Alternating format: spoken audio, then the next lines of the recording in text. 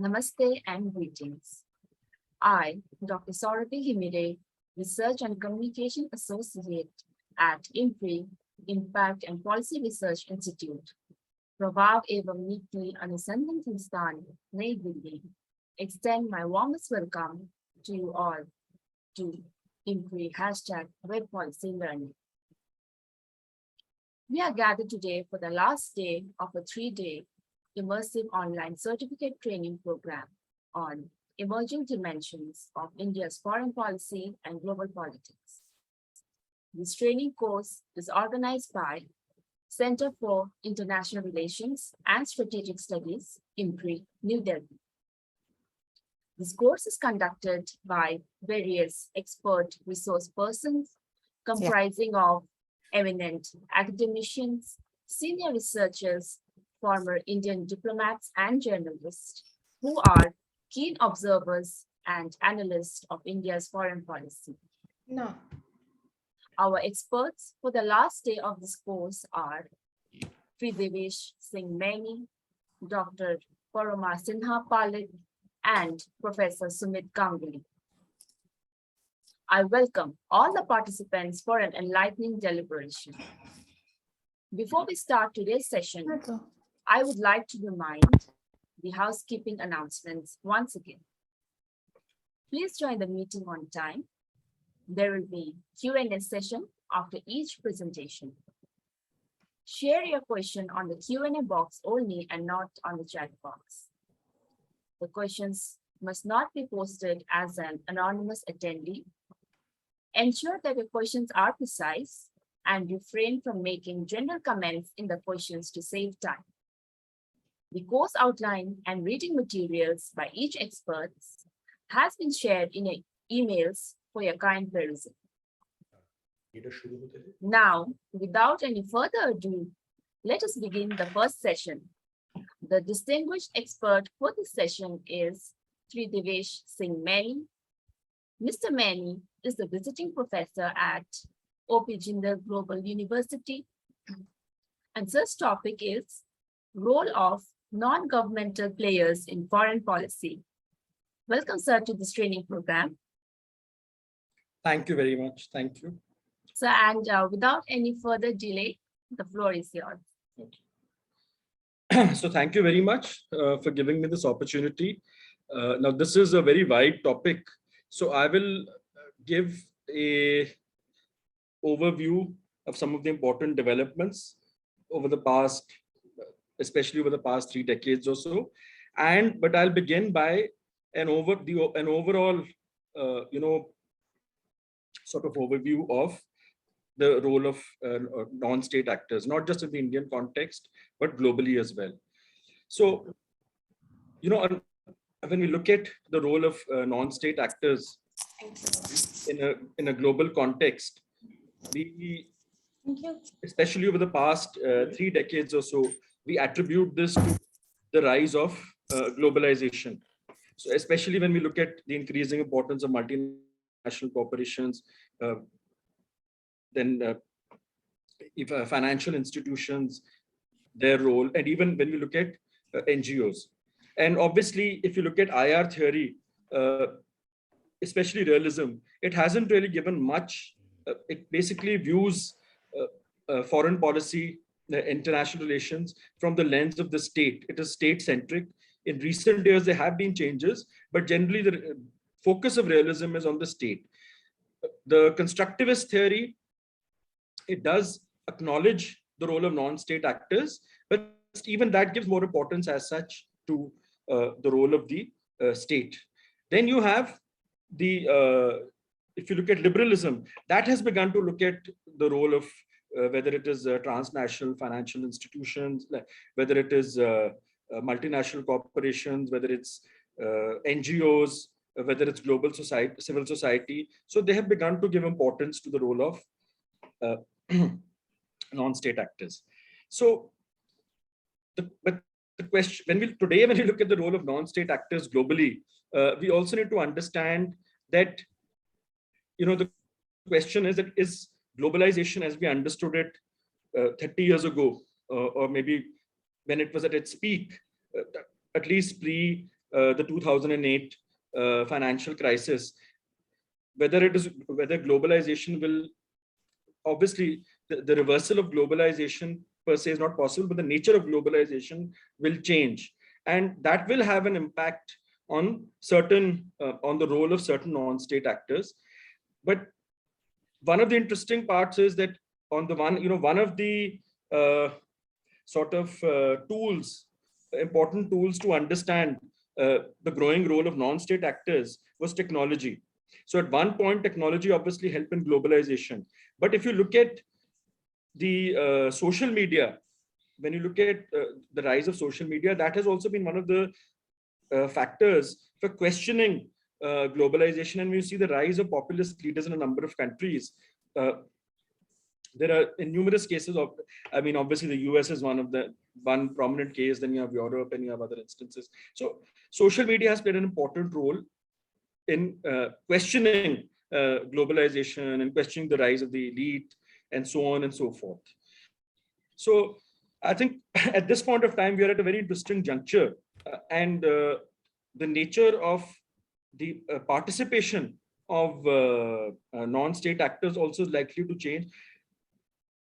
One of the important reasons for that is also that post-pandemic, post-COVID-19, the state has become more powerful, obviously, in dealing with that situation. It was at the with dealing with the COVID-19 situation and the challenges posed by that, it was at the forefront.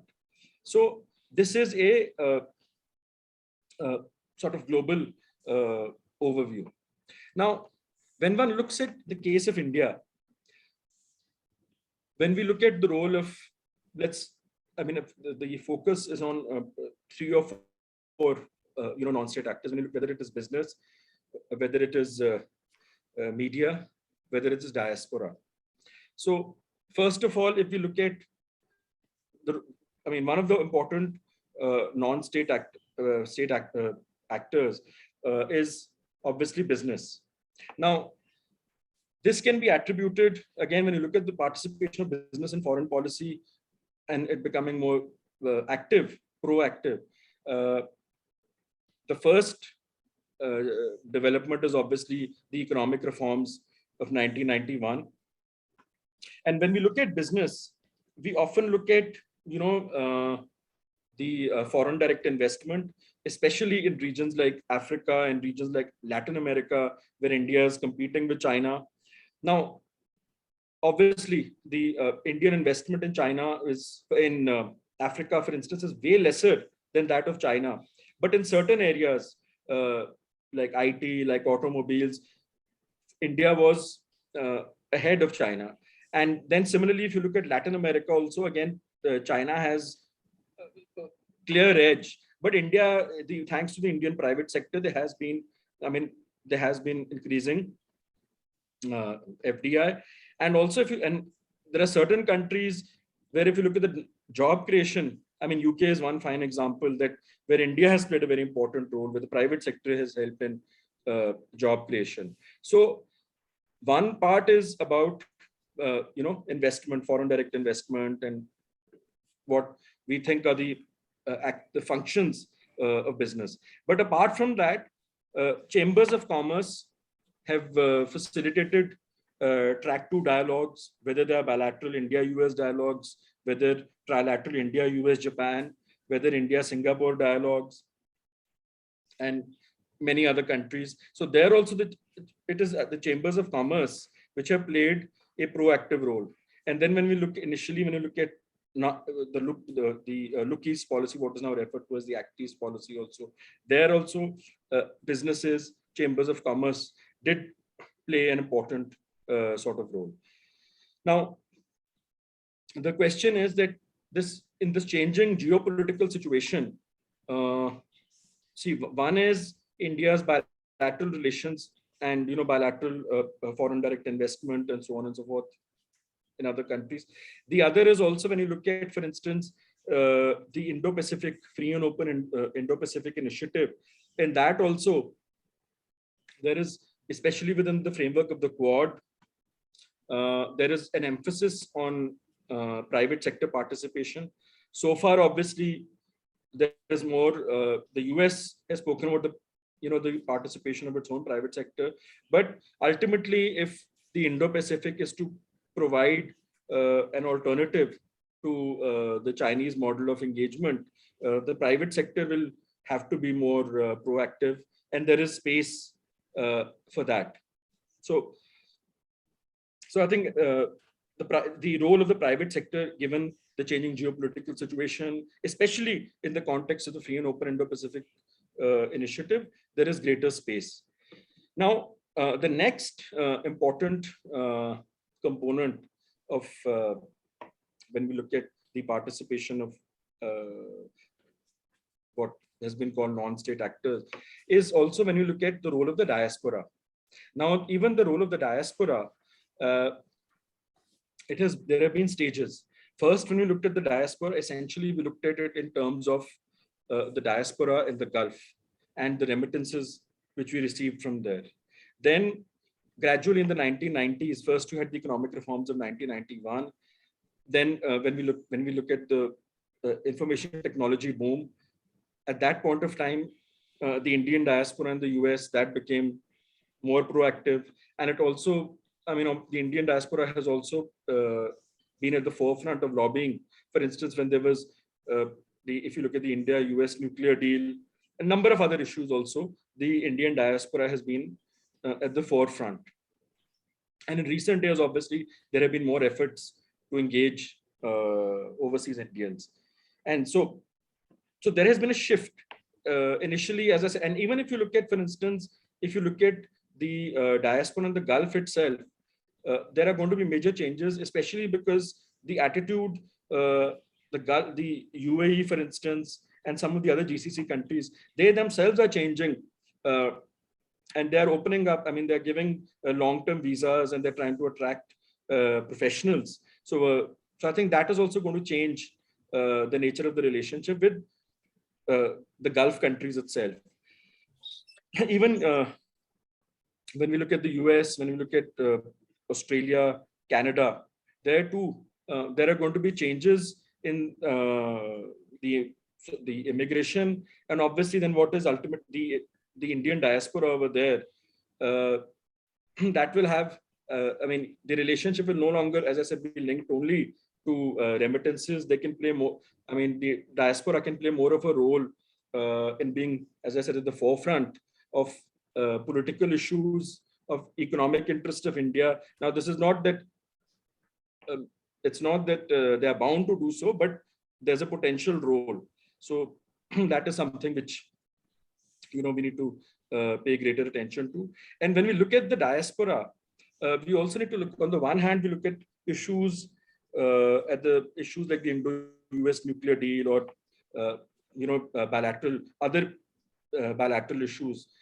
We also need to bear in mind that the diaspora from certain states, so for instance, whether it was a United Andhra Pradesh earlier, now Andhra Pradesh, Telangana, Kerala, they have been sort of playing an important role in building linkages between their, the states of their origin, and where, especially, one example, if you look at Kerala, is the Gulf. And then when you look at the other South Indian states also, it includes Gulf, Malaysia, Singapore, US. So, and what is also interesting is that as a result of the diaspora of these states, a number of them have departments. In fact, in certain cases, so for instance, in the case of Telangana, you actually have what is called a Ministry of External Affairs. It is dubbed as that, Department of External Affairs. Similarly, Kerala also has a department which deals solely with the diaspora. So obviously, this is recognizes the sort of the changing role. And even as I said, when earlier when we looked at the case of Kerala, earlier it was about, the relationship was more only about remittances. Now Kerala is also trying to focus on more investments from the Gulf, and it is also a lot of its startup schemes and policies are also targeted at the diaspora, at the So, because given the fact that, even there has been a slowdown over there, and many of the Indians who were settled in the Gulf, that they want to return. So I think some of these economic policies are also being targeted with a view that they can be sort of rehabilitated, and they can be part of the sort of growth story, take to entrepreneurship, and so on and so forth. Now, the final, the next tool of foreign policy, when we look at, is the media. So in recent years, there has been talk about the increasing role of social media. But here also, I would like to make a couple of points. So the first stage, where obviously there was an opening for media to play some sort of role in foreign policy, was obviously the economic reforms of 1991, after which private TV channels were allowed. And initially, in the first few years, none of these TV channels really obviously intervened, or you can say that they had any sort of influence on the foreign policy. But one can say that after the Kargil conflict, for instance, that is the first time that you really saw TV channels. And now the question is, there is a debate about whether, so there are two approaches. One is obviously what Noam Chomsky calls as, what he dubs as, manufacturing consent. The other is, as what Cohen has said, that that the media, it may not tell you how, basically, that what to think, but it can tell you what to. It may not tell you how to think, but it can tell you what to think about. So your views obviously remain independent, but it can influence what are the issues you think about. And this, when we look at the global perspective, when we look at the CNN effect, or when we look at the Al Jazeera effect, I think these are two interesting reference points. So obviously the CNN effect also basically argues that television coverage of events. So this is the CNN effect, obviously refers to military interventions by the US in the 1990s. And this, but when it has been argued that this had a Western tilt. But when you look at the Al Jazeera effect, and it is important, not because you can, some people would have, we look at it in the context of the Arab Spring, but it also gave space. So for instance, it encouraged non-traditional media forms, like whether it is blogs, whether it is the other use of social media, and so on and so forth. And the same thing if you look at India also. So you had different stages. First, you had the late 1990s, you had the TV coverage, so for instance, of Kargil, then the coverage of the Mumbai attacks in 2008. And since then, on the one hand, you have electronic media coverage of ties with Pakistan, China. That is what the focus is, maybe the United States as well. But social media has been playing a role, because social media has further, I think, one, if you look at the dissemination of information, the speed at which goes out, that also influences at times the way the electronic media thinks. And the question, of course, is that whether, it would be a bit of a stretch to say that the electronic media influences the final government policies, because foreign policy obviously is a very complex issue. But certainly, when it comes to certain countries, the views of the what is considered the public opinion, that cannot be ignored.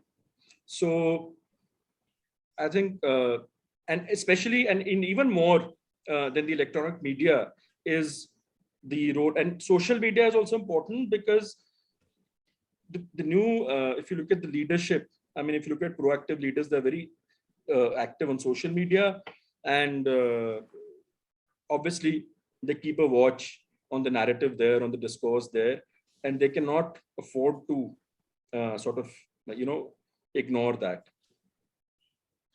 Now, so these are the three tools. And then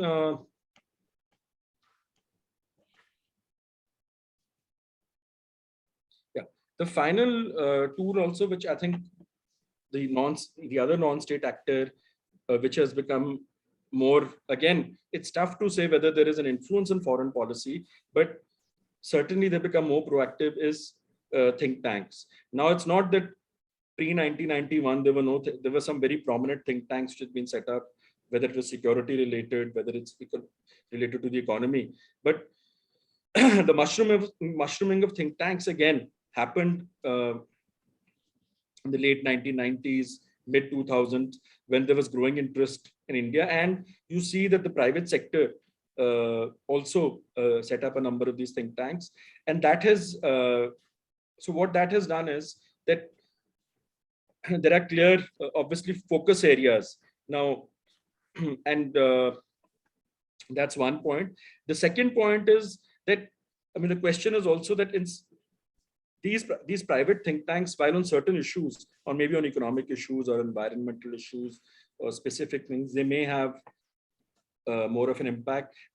Have they been able to sort of overshadow the existing government think tanks?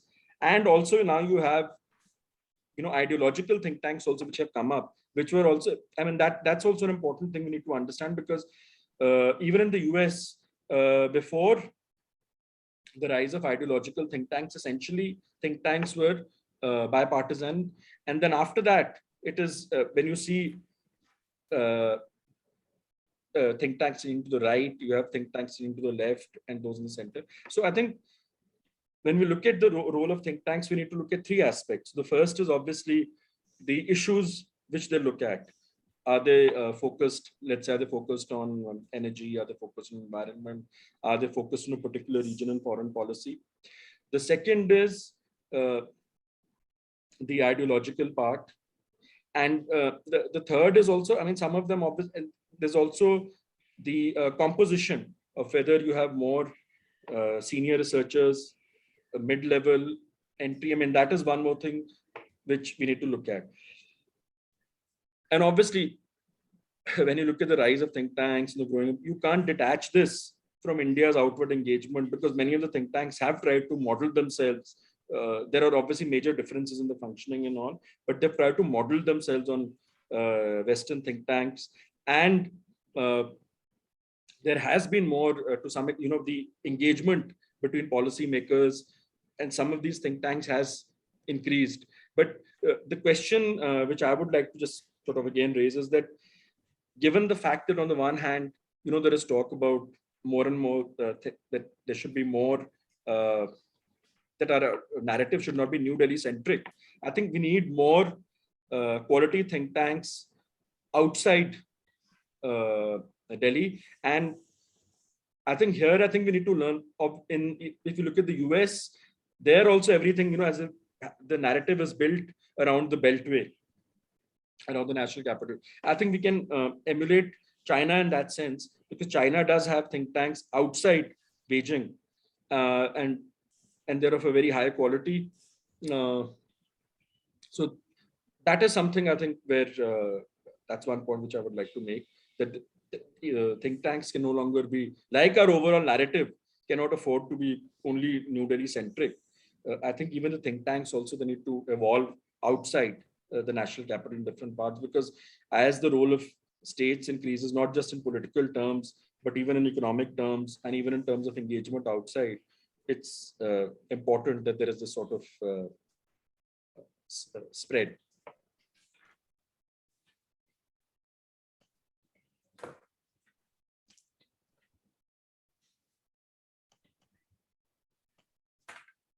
Yes, and finally, so I think the first, as I had, when I began, I said that the first disruption to globalization, and as a result to certain non-state actors and their participation in foreign policy, was, the question mark vis-a-vis globalization and the rise of elites. This, especially if one looks at, to some extent, you can say that whether it's the private sector or its other institutions. I think the second challenge now is going to be, the question is that in the COVID-19 pandemic, the post-COVID-19 pandemic, whether the non-state actors, whether they work closely with governments as stakeholders on important issues, whether they relate to the health, to the economy, and so on and so forth. Or, as I had said earlier, that when you have a more proactive state, there is not much space. I mean, obviously, it's not that the actors don't exist, non-state actors, but the role is for a while will diminish, because, as I had said earlier, there are certain situations where ultimately it's only the state which can act and not these non-state actors. So I think just to sum up, I think first few points I'd like to make. The first is that when we look at one is the question marks vis-a-vis the Western narrative of globalization. Second, even when you look at what the West dubbed, what has been dubbed as soft power, the Western nature of soft power, I think that has changed, and the Western academicians themselves have spoken about what is called smart power. Now that also, because soft power also was very loosely defined, and that also had space for civil society, for other organizations to be proactive players in bilateral engagement. Now that is something which is likely to witness a reversal. And also the nature, when we look at the global context, I think the nature of the relationship, the deterioration of ties between the West, which obviously Canada, UK, USA, Canada, and now Australia, which is not geographically West, but obviously it is closer to the Western world in that sense. So Australia with China, that will also impact, not just in the economic sphere, because when we look at, for instance, when you look at the participation of non-state actors, when you look at diasporas, there are also certain categories, for instance, like, which we don't often look at. I think overseas students, for instance. So technically, while just studying overseas, I think while whether they settle abroad or not, for that period of time, they are a part of, there is a gray area. And now that the sphere of international education, for instance, is going to be impacted as a result of tighter immigration policies, deterioration of bilateral relations between the West and China. So in that situation, how will other non-state actors get impacted? And so I think I'd like to conclude with that. If there are any questions, I'd be happy to answer them. Thank you very much, Mr. Maini, for your enlightening presentation. And very much, it was like touching up on foreign policy areas, which is less discussed about, such as the role of think tanks and media. I hope it was valuable for all our participants here to hear you listen. Thank you, sir, so much. And we have some question at the Q&A box. The first question is by Mr. Ravi. The question is, sir, is there any possibility that India can surpass the Chinese investment in Africa? If yes, then how? If no, then why? So I think in the short run, certainly, I mean, it's it's virtually impossible. So India has to come up with an alternative narrative to China's, and that can include, for instance, more capacity building. But even in that, China is picking and has gained ground. And the other thing is also that, the more India moves closer to the West, that will have some sort of impact. Though so far India has dehyphenated its ties between the West and Africa, but Africa has issues with some of it finds the West, for instance, at times is a bit too preachy about certain issues. So that could be an impediment. But I think in terms of investment, it's virtually impossible. But yes, there are certain areas in FDI itself, and also I think when we look at things like capacity building, education, and so on and so forth, that is areas where India can come up with an alternative narrative. So another question is by Anuprita Ji. And the question is, how can metaverse help in creating robust foreign policies? So I think that is now, first of all, the definition of a robust foreign policy. It's tough to define what a robust foreign policy is. And it's also tough to, because there are certain elements of foreign policy which are obviously very serious and they can't be impacted by, that's what, I had flagged initially also, that social media, there are certain aspects which impede, which can have an adverse impact on serious foreign policy issues. So obviously, the part about the public, which earlier may not have had access to a lot of sources, information, etc., is positive, but it cannot. Ultimate foreign policy is based on a country's interests, and it's a far more serious and profound sort of thing than being influenced by hyperbole or by any jingoism or a sort of ultra-nationalist narrative. You have to, it's much more complex than that. Ponchali Sen Ji is asking, are the think tanks existing globally completely independent of the state in conducting their affairs? How much are they non-state? Yes, I think that's a very good question. Yes. So it's tough to really, there are degrees of independence, but there are obviously, because for instance, in the US, you have a revolving door policy, and then policymakers, they're also part of think tanks, so for instance, when they're not in power, they join a think tank. So number of think tanks are aligned to political parties, but there is a degree to which, on certain issues, there is a neutrality, though some of the think tanks which are, clearly tilted, it becomes problematic for them to be neutral. And as far as even the state is concerned also, again, it's tough to give any sort of tangible, but yes, there is a degree to which they can, question, policies and everything. Miluji is asking, there is a mentioning of India that needs to adopt a more active and long-term plans to face challenges by China. How far this is correct, and what steps countries should take? So I think you have China experts, but as I said, I think basically you need to play to your strengths. You don't need to be confused about, on the one hand, about aligning with the West, and on the other, wanting also in certain things to be a poor copy of China. So there has to be clarity, because you have to ultimately have some model. I'm not saying it's that simplistic. There are shades of gray.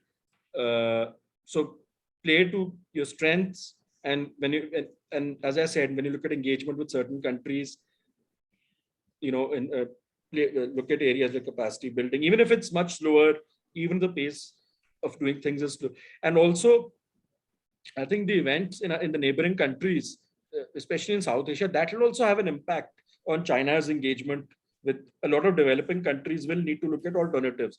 It's not that they're going to look at obviously they cannot afford to drop China, because as yet there's no alternative, but they will hedge, they will balance their foreign policy. So in that, if India is proactive, it can benefit from that. Yugji is asking, how can the gap between non-state actors like think tanks and academia and government policy can be bridged? So I think in recent years, there has been some change. It's not to the, because especially in the West or the US, it's more institutionalized, that there is, so for instance, you have people who are serving in government who join think tanks, who have secondments and so on and so forth. So those sorts of arrangements, I think there is a thought towards them, but it will take some time. And I think the other thing also, which is the encouragement of lateral entry, I think that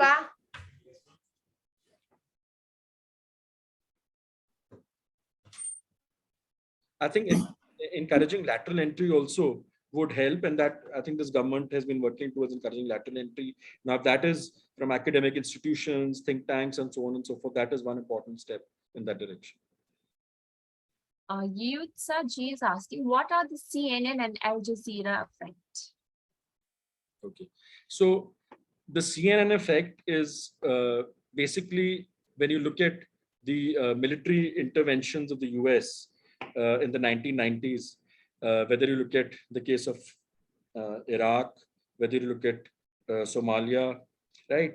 It is argued that the 24-hour TV coverage did play some impact in pressurizing the policymaker, pushing the policymakers, then policymakers towards intervention, military interventions in these countries. So basically, it's about how the TV coverage, electronic media coverage does play an impact in influencing the policymakers. Now, the Al Jazeera effect is an alternative. The CNN effect was, it obviously looked only at conventional media. Al Jazeera effect, one, it is not a Western sort of, it doesn't only provide the Western narrative. The CNN effect was understandably accused of being skewed towards the West. The Al Jazeera effect provided the Arab viewpoint, Middle East viewpoint on important issues, and it was a bit more democratized. So the Al Jazeera effect, when you look at the Al Jazeera effect, when you look at, for instance, the Arab Spring, or it's a combination of it. It's Al Jazeera's TV coverage along with, use. So for instance, when you look at the social media, when you look at blogs, when you look at Twitter, they also made use of that. And I think one of the changes was also, the differences is also because of time period, because when you look at the CNN effect of the 1990s, social media wasn't around at that point of time. And then on the other hand, when you look at the Al Jazeera effect, it had the opportunity to make use of social media, and you have, as a result, you also have an alternative to a sort of a clearly Western narrative. Nishan G is asking, as you mentioned that think tanks are New Delhi centric, if there is diversification on this aspect, would it be marred by the central state dynamic, for example, in Kerala? How can it be countered to look at the bigger picture of diaspora connection, trade, and the weight it holds for future policy creation? So I think there are three issues which are basic. So the first is center state. Now, when you look at center state, I'm not saying that it has to be set up. If it's not governmental, if it's, let's say there is a private sector initiative, because businesses also, even outside Delhi, need to start, there are certain think tanks, but they need to take a greater interest. Now in Kerala also you have some higher quality think tanks, research institutes, but they're obviously more government funded. So if it's an issue like remittances, diaspora, making use, I don't think it's really going to come in the way of center-state relations. That is the first thing you have to look at. The second was about how to channelize the diaspora. Was it the second question? Was one part? The other part was how can it be countered to look at the bigger picture of diaspora connection, trade, and the weight it holds for future policy creation? So I think in that, I mean, you basically, these are issues which these think tanks should take up. And central governments, I mean, in the US, for instance, it has been argued that central governments are not opposed to, state governments or states or provinces or playing a role in trade promotion. They are wary of subnational actors trying to influence trade policy. Now, when we look at this whole thing about cooperative federalism and if India needs to increase its share of global trade, based on the geographical location, based on diasporas, based on their specific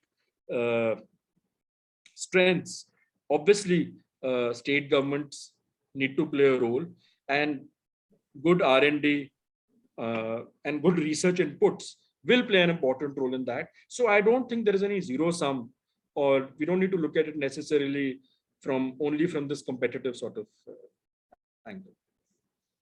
Paraji wants to know that you had talked about Noam Chomsky earlier, his thought and theory, and she wants to know a little bit more about while discussing about media as a non-state actor. So does she want to know about manufacturing consent or about media as a non-state actor? About Noam Chomsky's views on non-state actor of such as media. Okay, so obviously, when you look at Chomsky's views, he comes from a leftist sort of. He's clearly left. Some people would argue he's extremely left of center, and then in that, when he looks at the manufacturing consent, he looks at essentially at the sort of, the sort of, in simple terms, sort of alliance between the policymakers, the owners of media, which are obviously influenced by economic interests. So this is this needs more time to explain it in detail, but essentially it looks at the sort of alliance, the sort of nexus between policymakers and how capitalism and neoliberalism, how it has impacted the media structure, and how policymakers try to make use of that, and how basically the media tries to, obviously, when you look at manufacturing consent, at how it tries to build a particular, as I said, you're taught not just to think in a particular way also, but you're also told what to think about. So often we say that, there is a distraction. So the political class is trying to distract from particular issue on domestic issues, not just foreign policy issues. So simply put, that is the argument. Now the interests, whether they're economic, whether they're political, that can sort of differ. But I would also, I think it's also important to understand that, even if you're not told to think in a particular way, but your mind is, as I said, programmed to think about a particular issue, that itself is very important. Sacharba Ji is asking, like, how do you see the role of NGOs in the given current political dispensation, which is not willing to engage with organization that is not aligned with the ideologies? Yeah, so I think that's an important question. I think this is,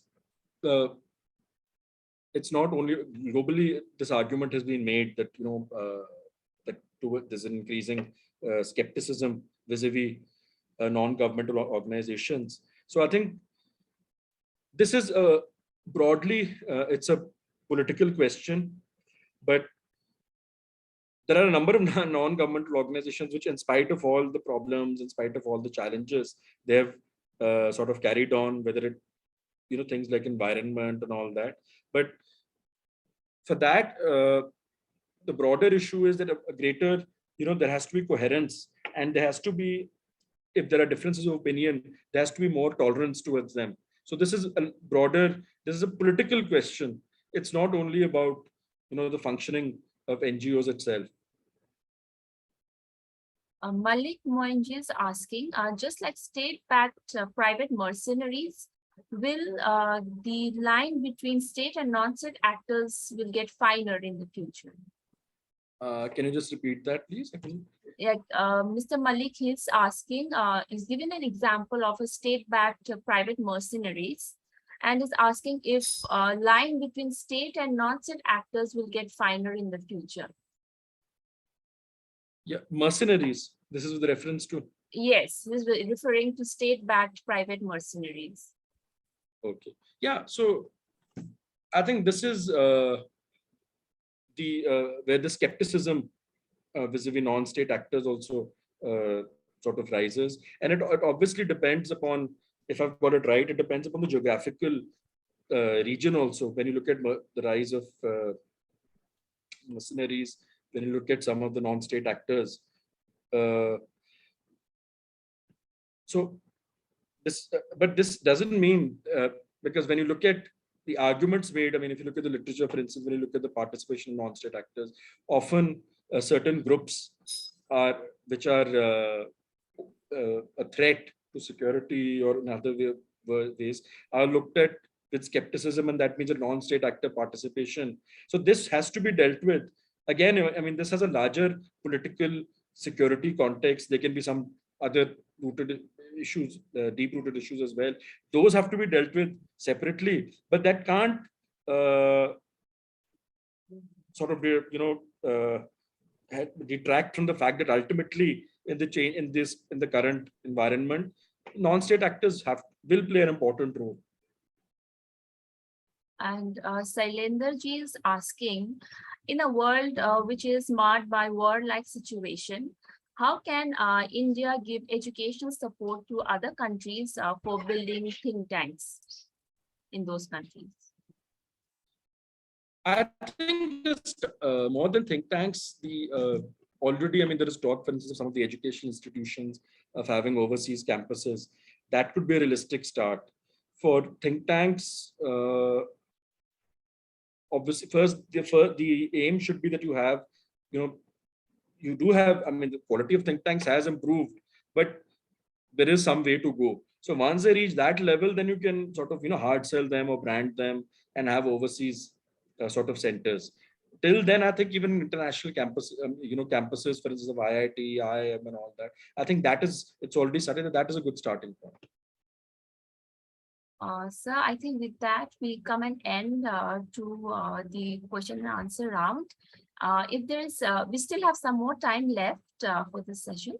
So if there's any participant who wants to raise hand and ask question to sir directly.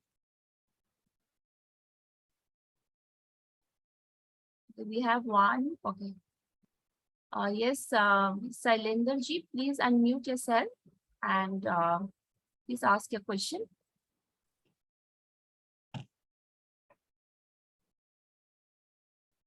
Hello, Sailendra ji.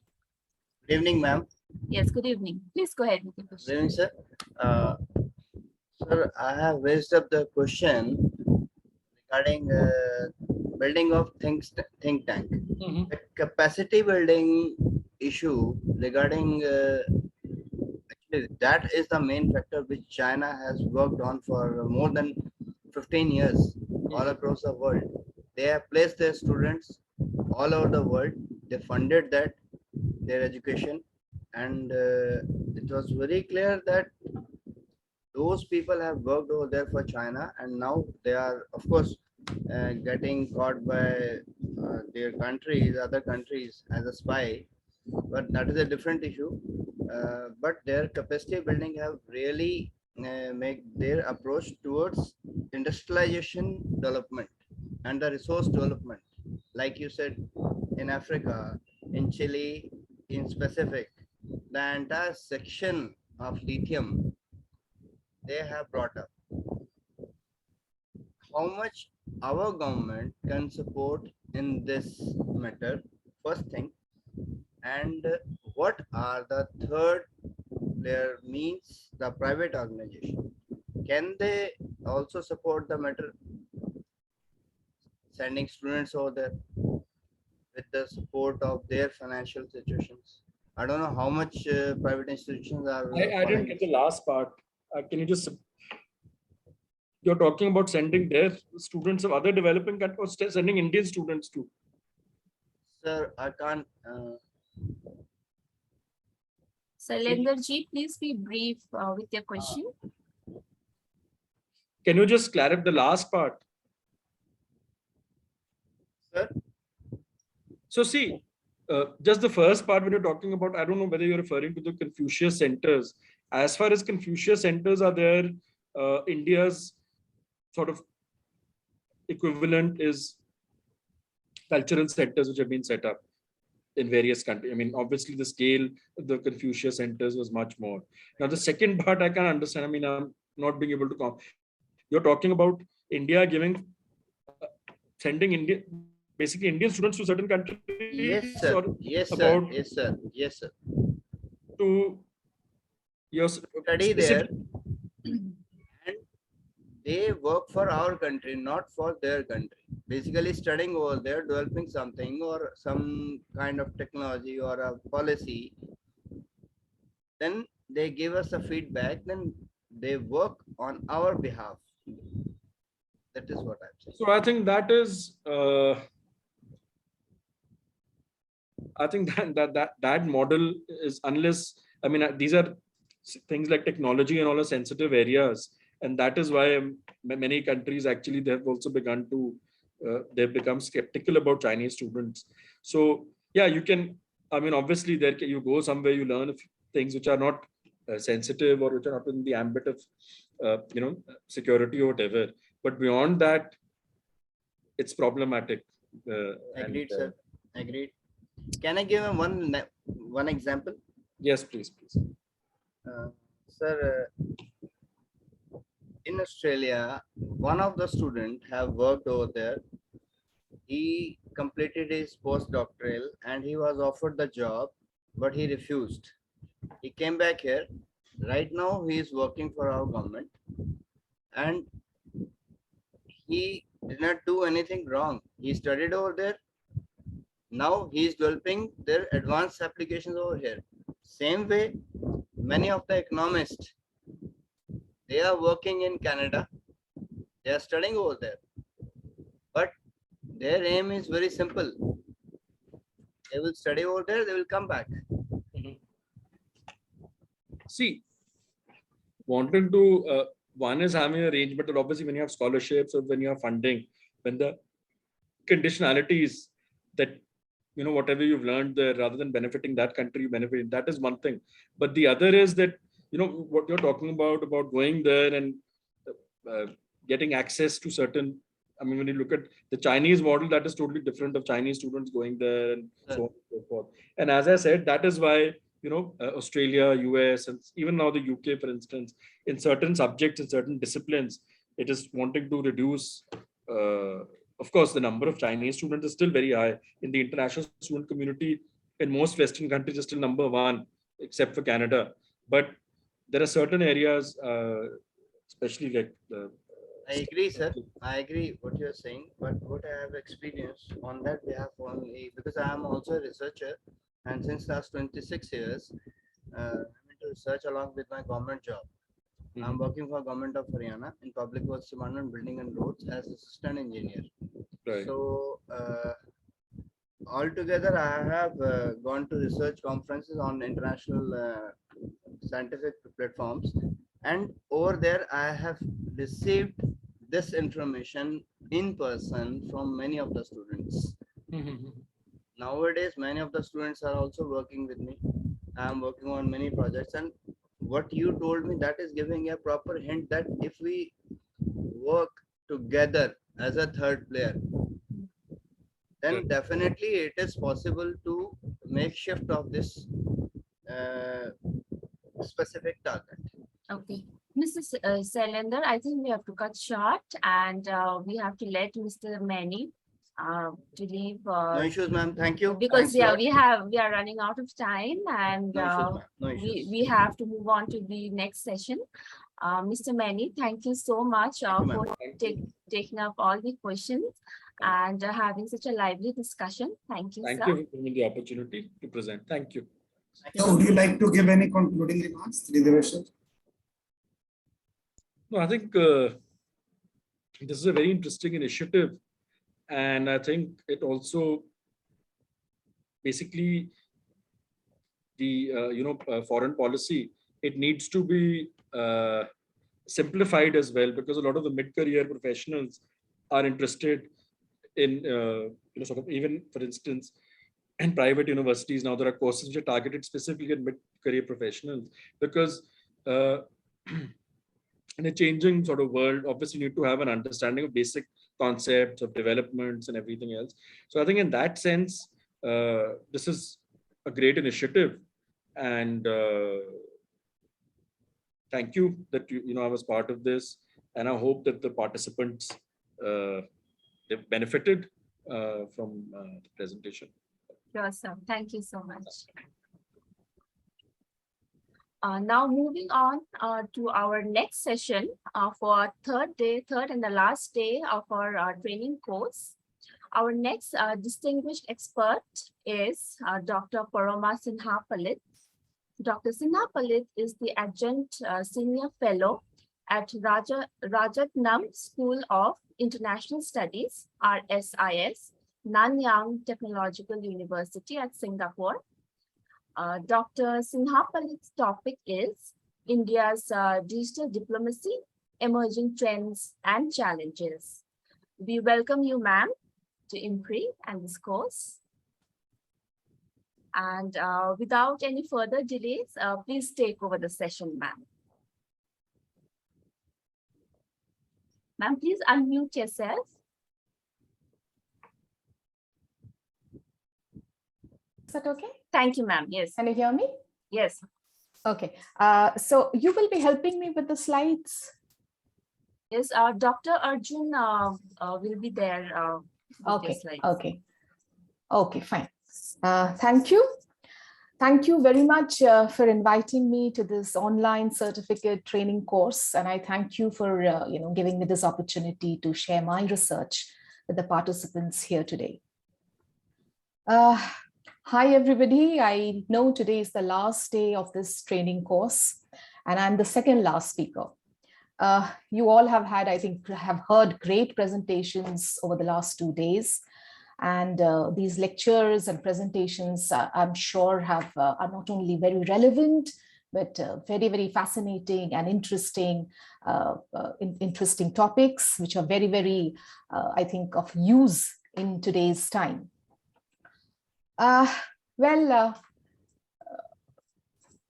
Just a minute. Yeah.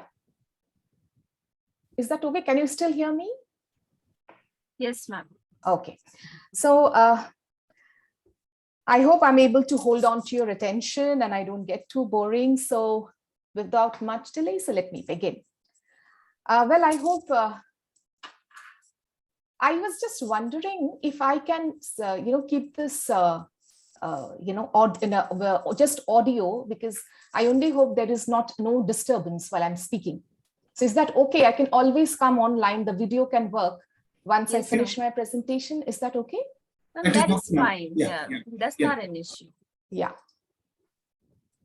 Okay. So I hope I'm able to hold on to your attention. And so let me begin. I hope you all have had the time to go through the 3 papers I shared with IMPRI. If you haven't, no worries. But if you have, you will have a fair idea what I'm planning to speak to you about. And of course, it is about social media. And as far as its use is concerned, you all are way ahead of our generation. So today, I'm not really going to talk about, adoption and the use of social media in our everyday life, but I want to familiarize you with social networking and how it has influenced public diplomacy. Let me also make it very clear that it is just an overview, just a way to familiarize you, to run you through how social networking has impacted diplomatic relations, how it has affected national image building. So that's what roughly is what my presentation is all about. It partly deals with with the book I have just finished and submitted about digital tools for crafting and conducting diplomacy by governments, including the Indian government, in crafting public diplomacy. I also want to flag at this point how public diplomacy has enlarged over time, given the proliferation of new media tools. So when I say new media tools, what I mean is, it's your WhatsApp, it's your YouTube, it's the whole range of social media platforms that we use today. It's not foreign public alone that governments seek to engage with. So when I say that public diplomacy has enlarged, this is what I mean. So it's just not about foreign public that governments seek to engage with. The domestic public has equally become important for governments, and conveying the right message to them has become so much more critical today. You will see all these dimensions as I run through my presentation. You might find that, I might be alluding to some concepts or just, making a passing reference, but that's because of the time constraint. And if we finish well on time, we can always discuss these later. This presentation seeks to look at the digitization process that caught up in India early 2000. I will underline how information and communication technologies has compelled ministries and governments to adopt them for reaching out and, as a result, making public diplomacy not only more people-oriented, but also emphasizing the dimension of relationship in contemporary diplomacy. So, it's also about relationship. So one country is forging relationship with another country, and it is expected that digital media will only foster better relations between countries, improve bilateral relationships. I will discuss how technology has come to challenge both traditional diplomacy and traditional media. I would also want you to note at the very beginning that whatever developments I mention in my presentation today involving the ICT revolution, such as borders becoming obsolete and the pace at which information circulates and the active role of ministries and leaders to co-opt digital platforms for branding nations, these are not really India-specific, but a global phenomena. However, in this presentation, I will focus on the institutionalization of digital tools or use of digital tools, new media, or more simply put, social media, in India's diplomatic communication, while mentioning the US, the United States, in the passing for reference, given its longer association with public diplomacy and it being a pioneer in the use of digital tools for serving its diplomatic objectives. Now we can start the slides, please. The next slide, please. So why has ministries, embassies, leaders across the world scrambled to co-opt digital media in its communication and diplomacy? And you can see the points that I have made here. The answer is very simple. Not only have the public been placed within the communication network, but its speed and reach has helped governments across the world to carry their messages to targeted audiences. It could be for brand building nations or branding their leaders for ensuring their legitimacy and acceptability. This kind of, hello? Yeah. Can you hear me? Yes, ma'am. Yes, ma'am. Okay. You're audible. Okay. This kind of co-option of digital tools are extensive with respect to less liberal and even authoritarian regimes like in China and many others, where the effort is to give shape to a particular narrative suiting their political, national, and personal interests. Digital media also presents a paradox of plenty, meaning there is an explosion of information, but a scarcity of attention, which has forced diplomats to be digitally active for gaining attention in a world with an abundance of information and where they have to focus on presenting their countries as the best brands while competing against others. So, everybody is scrambling to catch eyeballs. Next slide, please.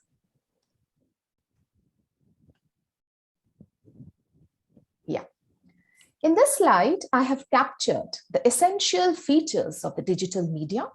What do they enable and facilitate? These features are discussed again separately in the next few slides. Next slide, please. Yeah. So they definitely ensure a more participative environment with people constantly active on social networks. They are no more at the periphery of public diplomacy, can even undo diplomacy advertently or inadvertently. Like, for example, India's online Islamophobia has impacted bilateral relationships and relationships adversely and even tarnished India's global image to an extent. By the way, and according to the US-based organization, India has declined from free to partly free last year. This is the organization which conducts research on democracy, human rights, and political freedom. I will come to this later in my presentation again. As a result, the new media landscape has pushed foreign ministries to engage with the public for building the government's image and reputation. With studies indicating that images play a critical role when the public evaluate politicians, and I quote here, looking for specific qualities in political leaders, including honesty, intelligence, friendliness, sincerity, and trustworthiness when making electoral decisions. And I close quote here. Political leaders across the world, obviously, liberal or otherwise, have also been forced to embrace these platforms to communicate and engage with the online publics. Social media platforms like Facebook help them to project a friendly image with whom the people can relate. For example, a photo of the Prime Minister of India touching his mother's feet on Facebook shows him as a person with Indian values, which the ordinary people can relate to, making him ordinary as well, and therefore can be portrayed as one of them. Next slide, please.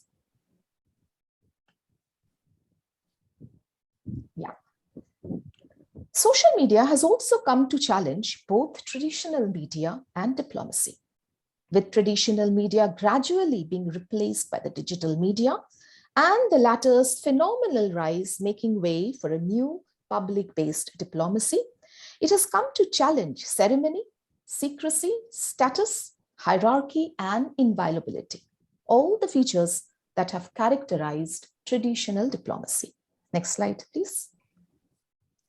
Next, it has enabled one-to-many and many-to-many parallel communications. So, people are connected all the time, and studies have revealed that connectivity afforded by digital diplomacy suggests the possibility of a more collaborative and inclusive foreign policy that is responsive to the networks of global policy stakeholders.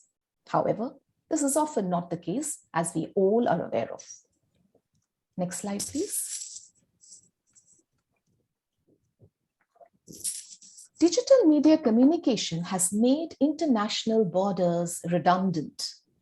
The latest Russia-Ukraine crisis demonstrates the extent to which we are all participating in the conflict in our own ways, by making our own opinions, by circulating and sharing information, right or wrong, about the tension all the time.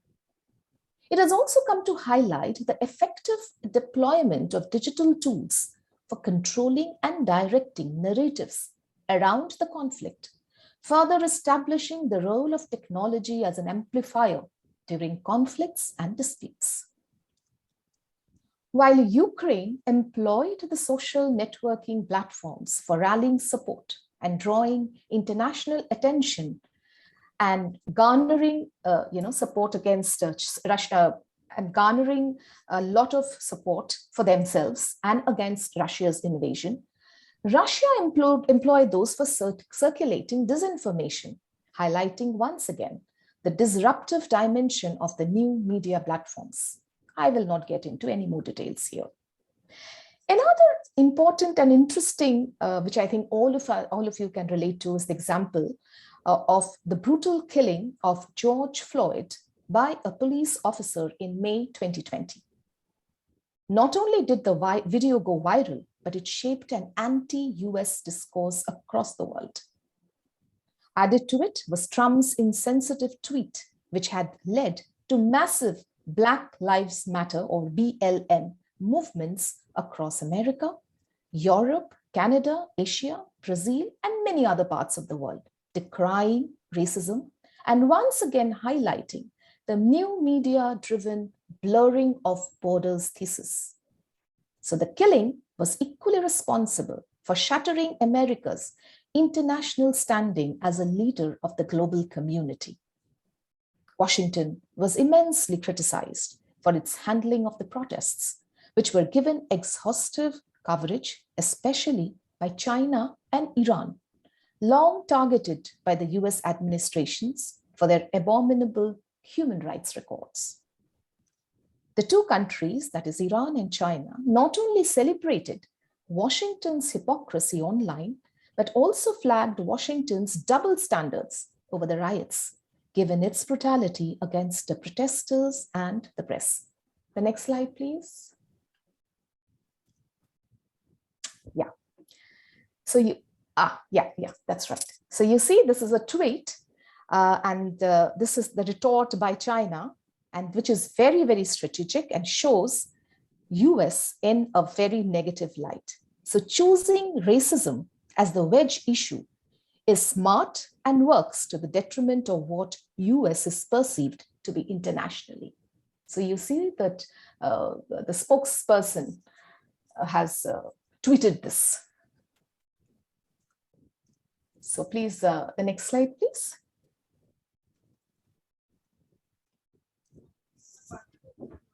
So now that I have already mentioned the US, let's quickly run through the background of digital communication in diplomacy, essentially pioneered by Washington.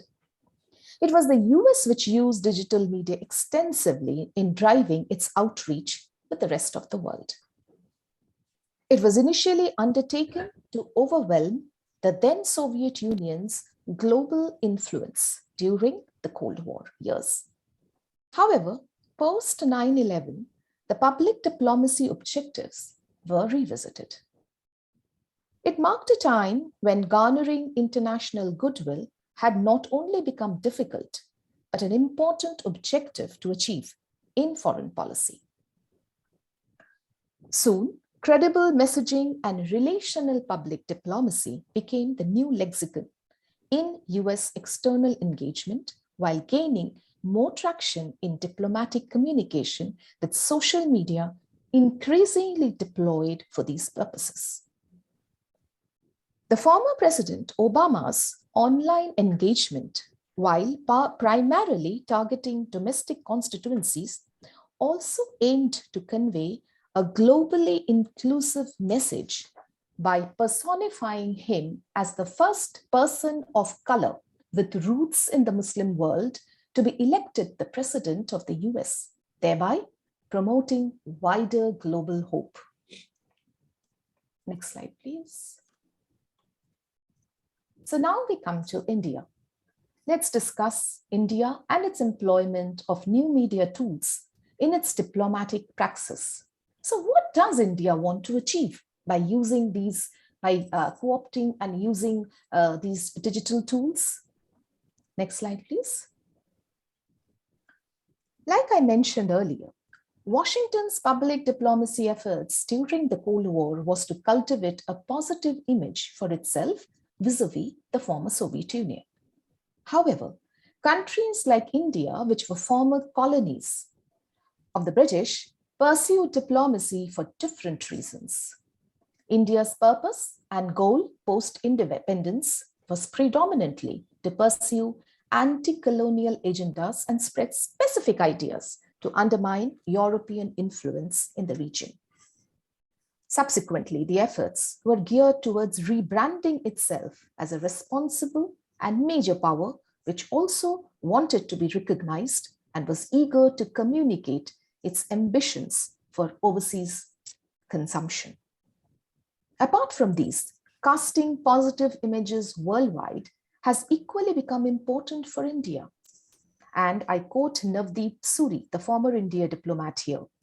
The projection of India's soft power is very much a part of the processes of public diplomacy.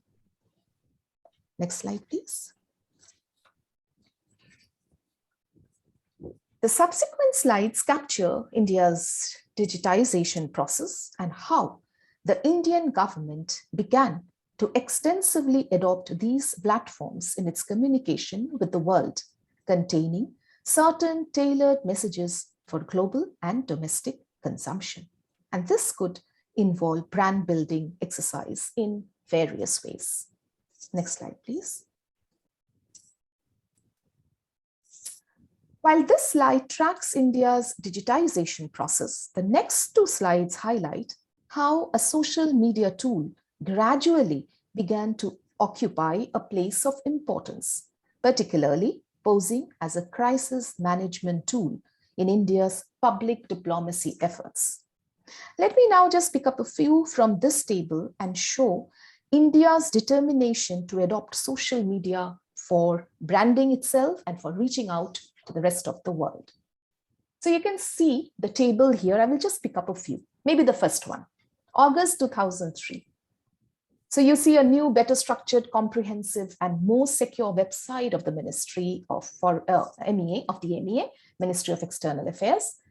This was a vital tool in dissemination of information by the office of the spokesperson and a source of information related to India and the ministry. Now come to 2009-2010, India Africa Connect website. This was aimed to reach out to African countries. Now come to the next one, 2010-11, India.inclusive. No, sorry, yeah, stay in the table, yeah. India Inclusive at Davos. This was to promote the building of brand India overseas. I will just jump to 2013, an integrated smartphone app for mobile and other handheld devices, MEA India launched. This is to provide a single digital platform for citizens to access information on the go. The next one, 2014, MEA India mobile app was updated to include push notifications to provide regular alert notifications when new information is uploaded at the MEA's website. Now the next one, 2014-15, a new ASEAN India website was introduced. MEA Online, India Global on Radio, Interactive World Map MEA website. So this is all in keeping with the new government's Act East foreign policy. A discussion forum facilitating interactions, sharing, and discussions by officers on a wide range of issues and common concern to all. All the episodes of the popular program India Global, prepared in consultation with Indian missions abroad, are made available for broadcast on AIR FM channel as well as podcasts on MEA's dedicated channel and MEA's SoundCloud page, YouTube channel. So a user can visit all the integrated web pages of Indian missions abroad through a single interface, Indian treaties, databases, and so on. This database strives to provide an accessible and searchable link or series of links to the treaties, agreements, MOUs, etc., which have been entered into by India with foreign countries. 2015-16, you have ebooks created to highlight the achievements and key events during the visits of the Indian Prime Minister to other countries. Then you have 2016-17, India Perspectives now goes digital. It's a flagship magazine of the MEA. Then you have 2017-18, Madad launched. Madad, we all know, is assistance. Consulate services management system available in mobile apps and through social media for redressal of grievances for the diaspora. Then you have 2017-18, Ask the Spokesperson's Moniker, a bi-monthly Twitter that enables the public to interact with the official spokesperson. And the last one is 2017-18, when MEA debuts on LinkedIn. With 416 followers, it attempts to publish a periodic blog on various aspects of the ministry. So you see how, this is all becoming very public-based, people-based. So public diplomacy, it's not just, like what I had said initially when I started off my presentation, that the very definition of public diplomacy has been enlarged. So it's no more, only foreign publics which are engaged, who are engaged, but it is also the domestic public which is engaged. The next slide, please. This is something that I was mentioning, Operation Safe Homecoming. So this was the first instance of digital tool being used by the foreign ministry during crisis. Nirupama Rao, the then foreign secretary, was the first diplomat to pioneer the use of social media for rescuing Indians abroad. Her ministry in 2011 used Twitter for facilitating evacuation of Indians from Libya in response to direct calls for help after a civil war broke out in the North African country. Next slide, please. So you see, Twitter was used as a tool of Indian public diplomacy for the first time in crisis and demonstrated its greater affordability compared with traditional media. Nirupama Rao's Twitter diplomacy to organize Operation Safe Homecoming is a pertinent example of early effective digital diplomacy by India, underscoring responsiveness and accountability. Next slide, please.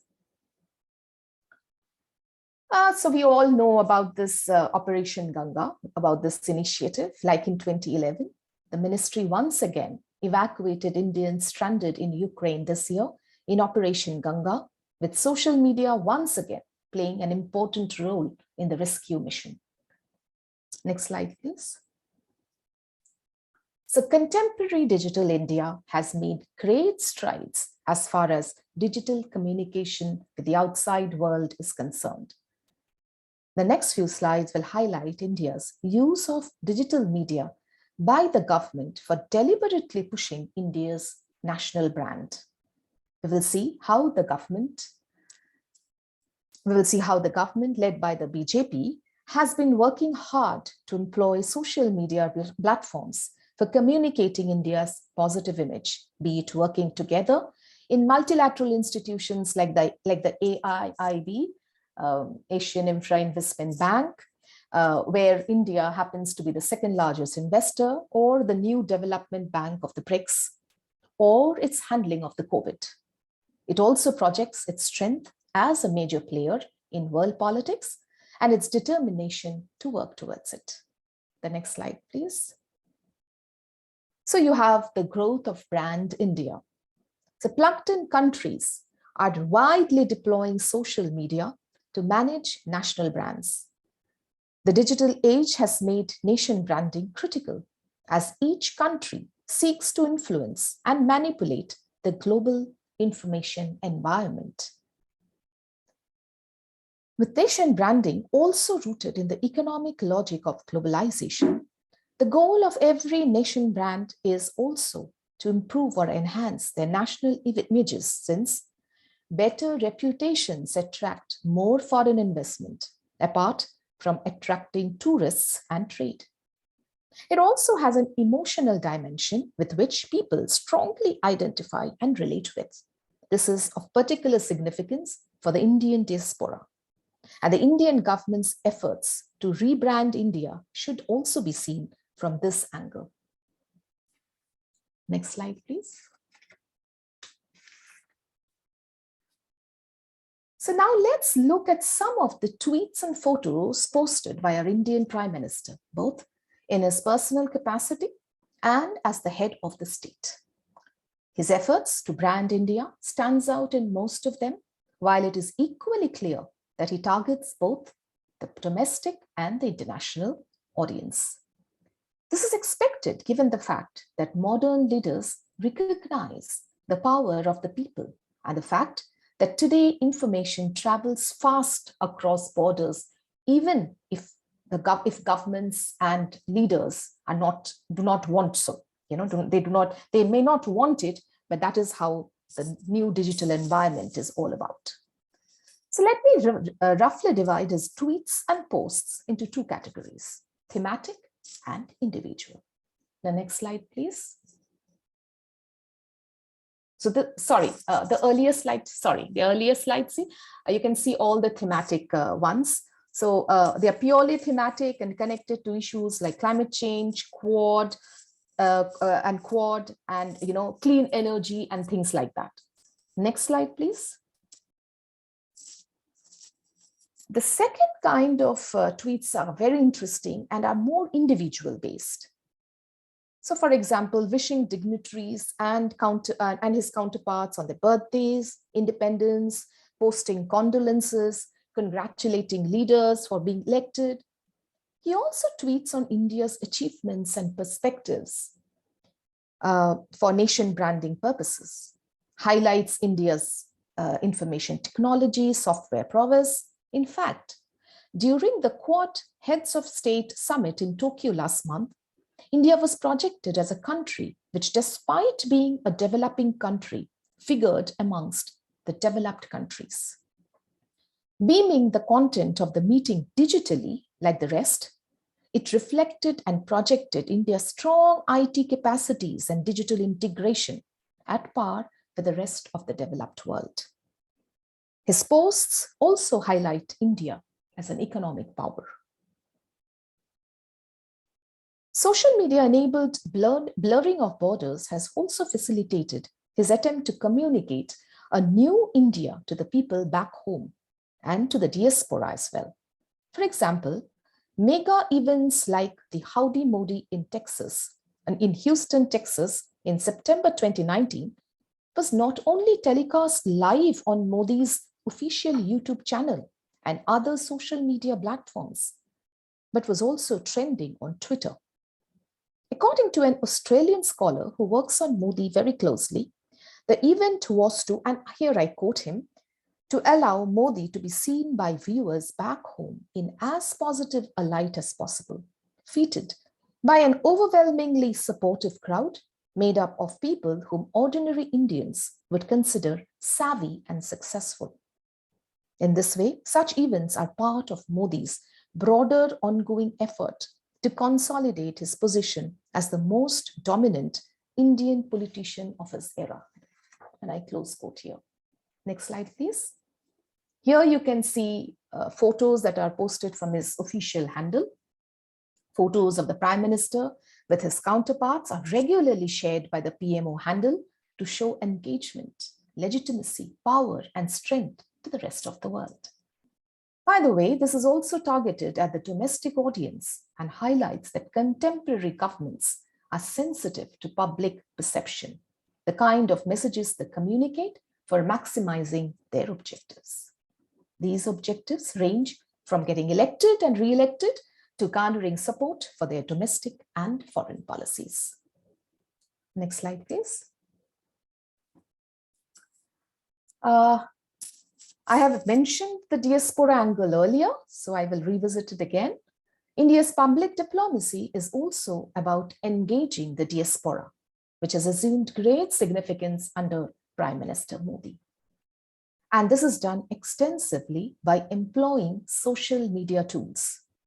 Tweeted as India's permanent ambassadors by Modi, members of the Indian diaspora have been deemed critical in flagship economic and social initiatives like the Make in India initiative, Swachh Bharat or Clean India, and the Digital India campaign, all of which are public diplomacy tools for communicating a new India to the rest of the world. While passionately engaging them, the objective is also to communicate to them India's strength, power, its position at the global high table, dimensions the diaspora will take pride in. The effort is to garner their support and cultivate them for nation building while making them feel a part of India. However, as we all will see later, social media has equally exposed the downside of modernity, technology, and even democracy. Now we will focus on how new technologies have propagated the proliferation of online disinformation or fake news for manipulating public perceptions. So on the one hand, you have digital tools employed for branding countries, for branding leaders to show their country is the best amongst the rest, because this also has an economic angle to it, because governments need investment, they need trade with other countries. So all these are the objectives which pushes these governments and leaders to embrace digital communication. But like I have said, there is also the other side of it where the negatives are also exposed at the same time, because the pace at which news and information travels is just crazy today. This has emerged, and this kind of manipulation of public perceptions and fake news and disinformation has emerged a great concern, not only in India, but across the world. The next slide, please. So what is disinformation? Unlike misinformation, which is not really deliberate And, we all probably sometimes in our lives, we have done it. We forward and post and repost messages which has been, which has come to us from our relatives and friends, and we don't verify it, and we just post them on Facebook, or just, make comments, or, show a like, a thumbs up on Facebook, or, WhatsApp, and then we circulate it if we like it amongst our friends. Unlike this, disinformation is more deliberately done by governments and people to mislead the public. The next few slides, I will focus on disinformation and how it derails objectives of diplomacy and tarnishes national images. Next slide, please. So here you can see, it has, not only does it have repercussions worldwide, but it has features. They're mostly unidirectional. So you will see most of the, tweets, they are unidirectional in the sense that they are monologues. They are just one-way traffic. Even if you are asking questions, you will hardly see officers or diplomats or leaders actually replying to your posts, or until and unless, there have been instances where it has happened. So like I remember when Sushma Swaraj was our external affairs minister, during crisis, she would make it a point to reply to tweets and calls for help. She used to do this. So, but most of the time they are unidirectional and target specific groups. So this is, I'm talking about disinformation. So whenever it is disinformation, it is unidirectional, target specific groups. It could be minority, it could be majority. What it tries to do, it manipulates and influences according to their narrow self-interest. So the new media landscape has witnessed how the growth of disinformation has derailed the objectives of digital diplomacy, often threatening regional peace, harmony, and even giving rise to tensions in bilateral relationships. Like I have discussed, with borders made obsolete, information spreads and circulates easily, often to the detriment of states, forcing governments to act. Next slide, please. So let's see what happens in India. I'm just giving you an overview here. It's much more complicated. It's much more difficult to understand if you really don't go in deep into it. So in India, disinformation is not only homegrown, but the public also play a critical role in spreading rumors. Mediated by algorithms and bots, often inadvertently or otherwise, extreme content marked by hate-driven speeches is being promoted, followed by violence. So what are bots and what are algorithms? So bots are, these networked gatekeepers who help in the flow of disinformation, specifically from the government of one nation to the population of another. And algorithms, these are mechanisms that choose for you, choose which content a given viewer will see. So these are bots and algorithms. These are responsible for driving the youth and others to videos, glorifying violence, promoting conspiracy theories and disinformation. Extreme content posts and tweets by the ordinary netizens have been particularly damaging for India's diplomatic relations, while harming its global soft power image. The proliferation of the number of fake news in India has deeply stained its international reputation as a multicultural and plural society. This was visible during the COVID-19. We have also seen how online hateful and baseless posts on and around Islam has hurt India's relations with its neighbors like Bangladesh, with ordinary Hindus and their places of worship being targeted there. So, some random hateful tweet or post against a particular religion gets circulated, crosses borders, and leads to communal tensions there as well. We have recently seen how posts by party officials has not only led to a diplomatic Twitter backlash for India in the Gulf countries, but has had the potential to damage India's economic relations too. For example, There were hashtags calling for the boycott of Indian products on Twitter in Arab countries. The Indian government had to immediately get into some damage control by suspending the official and distancing itself from the damaging posts to avoid further embarrassment and fearing escalation. So Twitter trolls, indignant bloggers, and far-right groups posting on YouTube while distorting India's global image and reputation also underline a democracy distorting public sphere with the government forced to act. Next slide, please. So given the global nature, so what is global nature? Global is global plus local. So given the global nature of communication, so there is nothing global, there is nothing local. It's all combined now, they have come together. So given the global nature of communication, the Election Commission has brought social media platforms within the wider electoral purview and limited their misuse during elections. It also brought the bulk of SMS and voice messages on phones and social media election campaigning within the ambit of pre-certification for election advertisements on par with electronic and radio advertisements.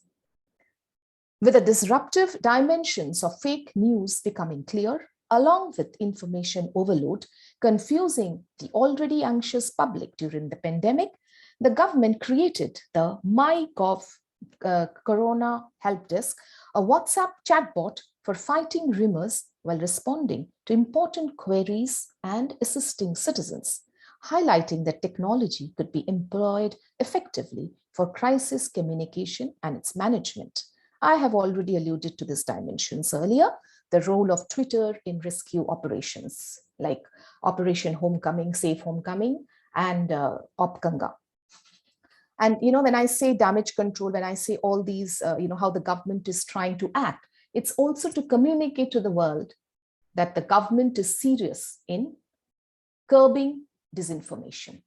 The government is not at all, is not taking it non-seriously, and it's very keen to have better relations with other countries, to improve its bilateral relationships, and it's not, in any way trying to support or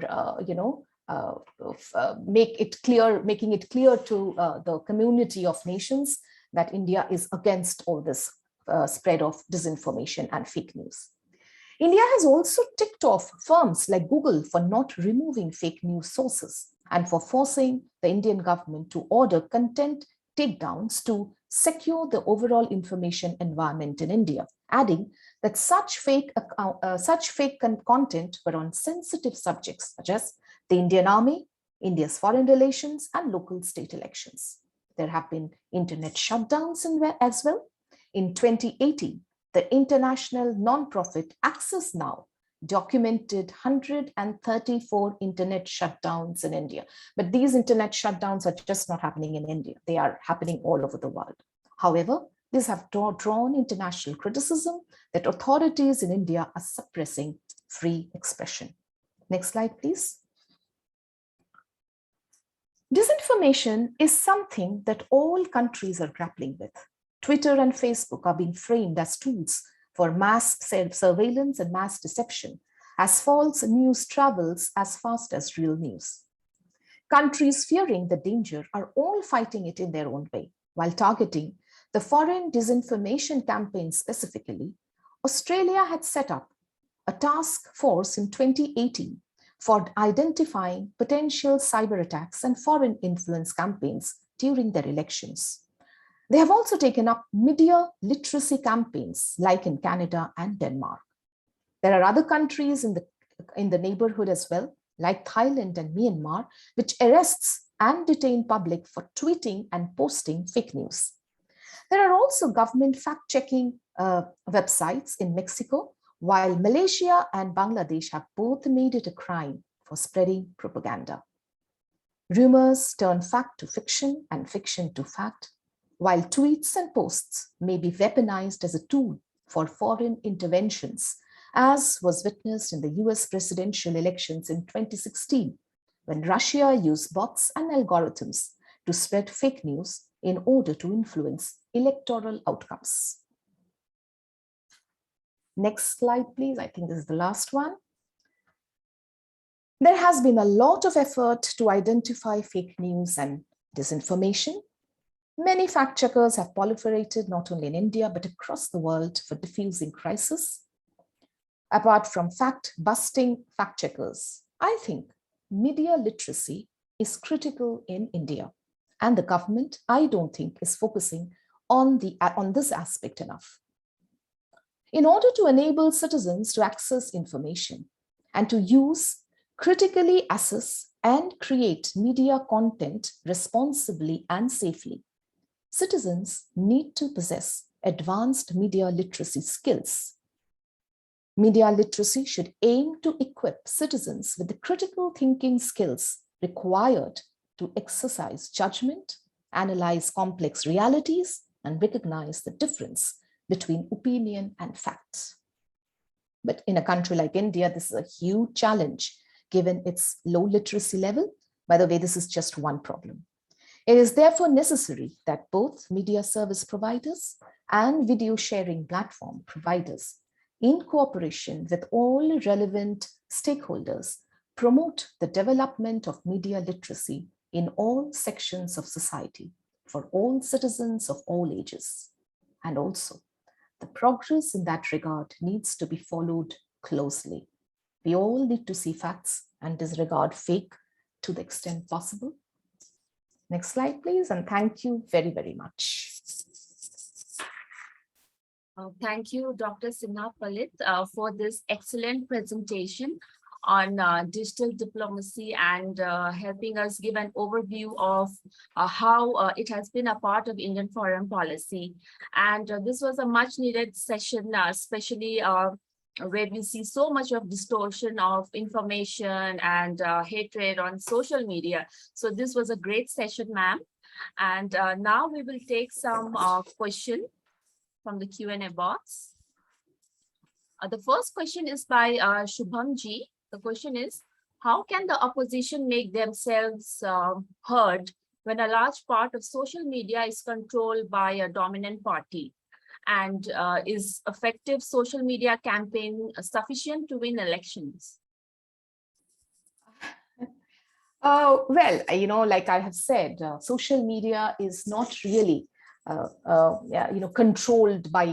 be controlled by only one single party. So you just have to be alert, and you just have to post and tweet whatever you think is right. But of course, like I've said, exercising your, your understanding is very, very important in this. And, I really don't know what to say, but here I think, of course, BJP probably, like you have said, is trying to control a narrative, but so are others. It's not the BJP alone which is trying to do that. If you look at other parties, there are similar attempts by other parties to control content, to give a particular narrative more, more visibility. So I think it's very, very important that we all understand our duties, what as citizens we should post, what we should tweet, and only help in a way that it doesn't escalate further. And is effective social media campaigns sufficient to win elections? Well, that's what it is showing. It is.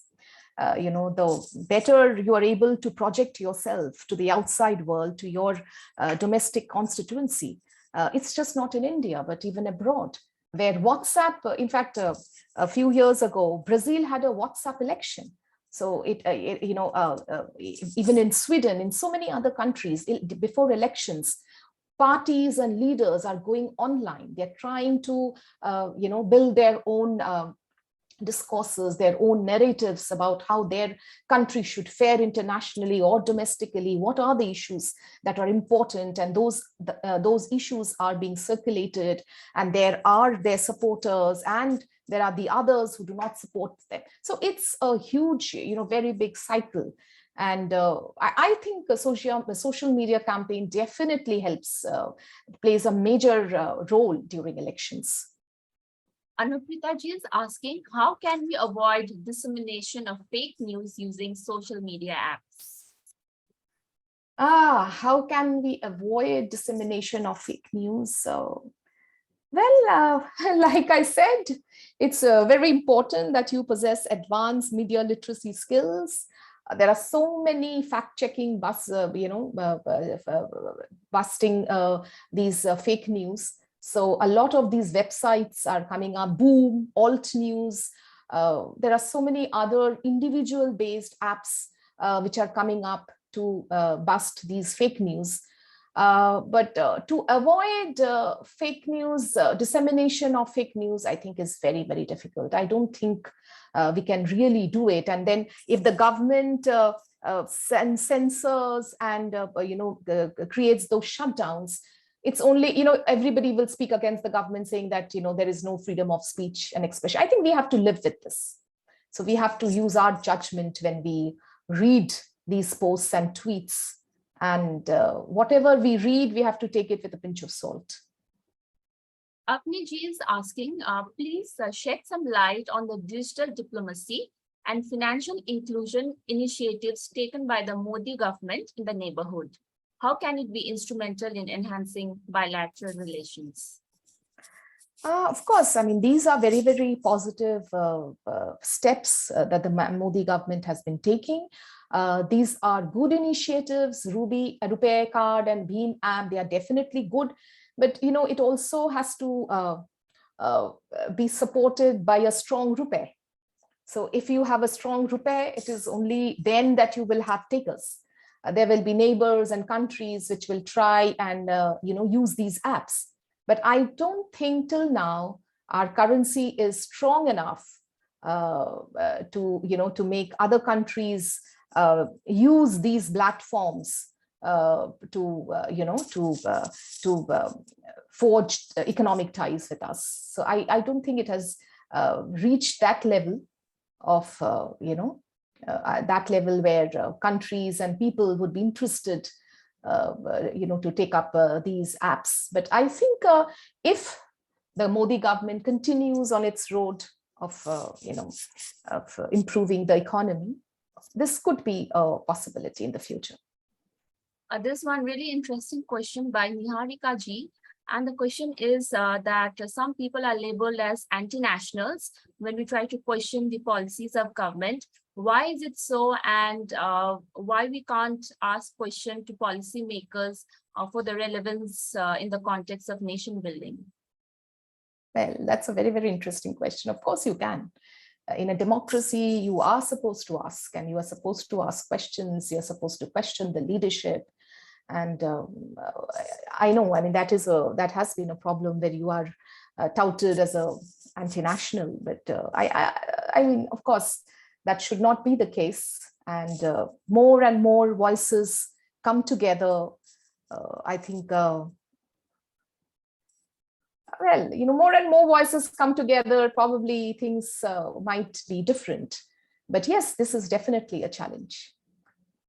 There's another question by Nishan ji, and the question is, the recent controversy regarding alt news also highlights how fact-checking institution can be threatened.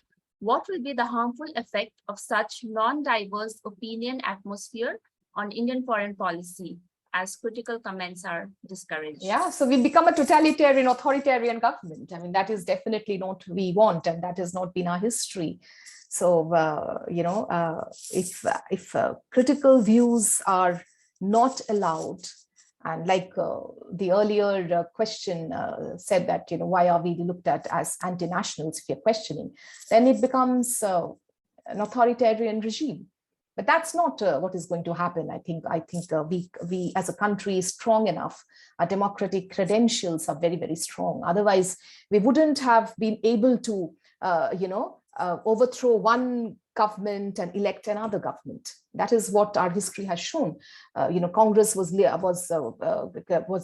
government for so many years, but then we were able to elect the BJP. I mean, the Modi, and we got him into power. So I think the government understand, and that is why I think this is another reason why governments have been trying to converse and communicate not only with the diaspora and the international audience in international community, but the Indian people as well, because they understand that their perception will ultimately decide and determine their future. So I think this is what digital diplomacy is all about, that there is disinformation. The underside, the downside of modernity and technology is exposed, you can see that. But on the other hand, it also makes leaders more, make them more, they're on their toes all the time, because they realize that if they come down too heavily, but the people may not like it, and it might just cast them in a very, very negative light. So this is, I think, another reason why leaders have been using digital media to engage with the domestic audience, their own constituency. So, you have so many initiatives which the central government has been, trying to get across to the people of India. Even you have state governments which are trying to do something similar, engage the public. And it becomes much more strong when they use digital tools like Facebook. So, you are looking at the leader and you can communicate with the leader. Even the sheer feeling that he's online and probably he may not answer, but at least probably he's seen my question. So even that brings the leader closer to the people. Another question is by Solomon G. The question is if disinformation has played any role during the pandemic. Oh yes, major role. Disinformation has not only been a major problem in India, it has also been a very major role in Southeast Asia. I'm here in Singapore, and it has been a major issue. Islamophobia, like I mentioned, there have been a lot of these, pandemic-related disinformation, which has, actually, targeted a particular community and said that these are the people who have been responsible for, for this particular virus. They have not been very careful, and it is for them that we have been we have been all infected. We have been infected. Then there have been so many disinformation regarding, you should have this concocted neem kapani and this kapani. And there has been so much of, these disinformation, which actually made people, people were taking a lot of these, taking these posts and tweets seriously, and were having those kind of concoctions, thinking that the COVID will not harm them and they will not get infected. So there were a whole lot of disinformation that was happening during the pandemic, and that is why I have mentioned that MyGov Corona Desk WhatsApp chatbot, which was again created by the government, Indian government, so that people could be given the right information, because wrong information can be lethal during pandemic and any kind of crisis. Another question is by Sailender G. And the question is, the security concern in digital platform is a big challenge. And if India is ready to take such a challenge because it does not have a good software support systems. What's required? Sorry, I am not very clear. Security concern of digital platform is most required. And do we have that much strong forget about software, forget about India. As even the most sophisticated and very strong countries with good software support, they have not been able to curb the flow of digital disinformation. So this is a major challenge, not only for India, but across the world. Countries are trying their own way. At least, for India, it is more homegrown, like I just mentioned in my presentation. It's more homegrown. But in a country like the US, you have their elections being tampered with by Russia. So, to affect electoral outcomes. So you can see the kind of disinformation, the proportion, the size of disinformation, which challenges even advanced developed countries like the US. Ma'am, I think that's the end of the Q&A round. And I would like to thank you once again Thank you very much. for all the discussions and taking up all the questions of our participants. Thank Now, you very much. yes, ma'am. Now we will move on to our final session of our three-day training course. Our next renowned expert for the last session is Professor Sumit Ganguly. Professor Ganguly is Distinguished Professor of Political Science at Indiana University, USA, and so will deliver a lecture on New India, a Great Power. We welcome you, sir. Thank you very much. I'm delighted to be part of this symposium. Am I audible to everyone? Yes, sir, you're audible. Great, thank you. Okay, my talk is divided into 4 distinct sections. First, I will talk about India's hopes and aspirations for being a great power. Then I will talk about India's promises to be a great power, its prospects of being a great power. Then I'll talk about the limitations that India faces. And then finally, I will talk about the future prospects of India becoming a great power. These are the 4 distinct components of my talk. In terms of India's dreams of being a great power, this idea can be traced all the way back to the time of independence. Prime Minister Jawaharlal Nehru envisioned for India to be a major power in the international system, despite the significant material weaknesses that India confronted after 190 years of British colonial rule. British colonial rule had left India significantly impoverished. Less than a quarter of the population was literate. Economic growth had actually contracted under British colonialism. Life expectancy was less than 50 years at the end of British colonialism. So in terms of material capabilities, India had very little to show after 190 years of British colonialism. British colonialism in no way was beneficial to India, contrary to a lot of the nonsense that has been spewed by British colonial historians about the benign effects of colonialism. There was little or nothing that was benign about British colonialism. It was a highly repressive, cruel, and extractive enterprise which left India materially impoverished.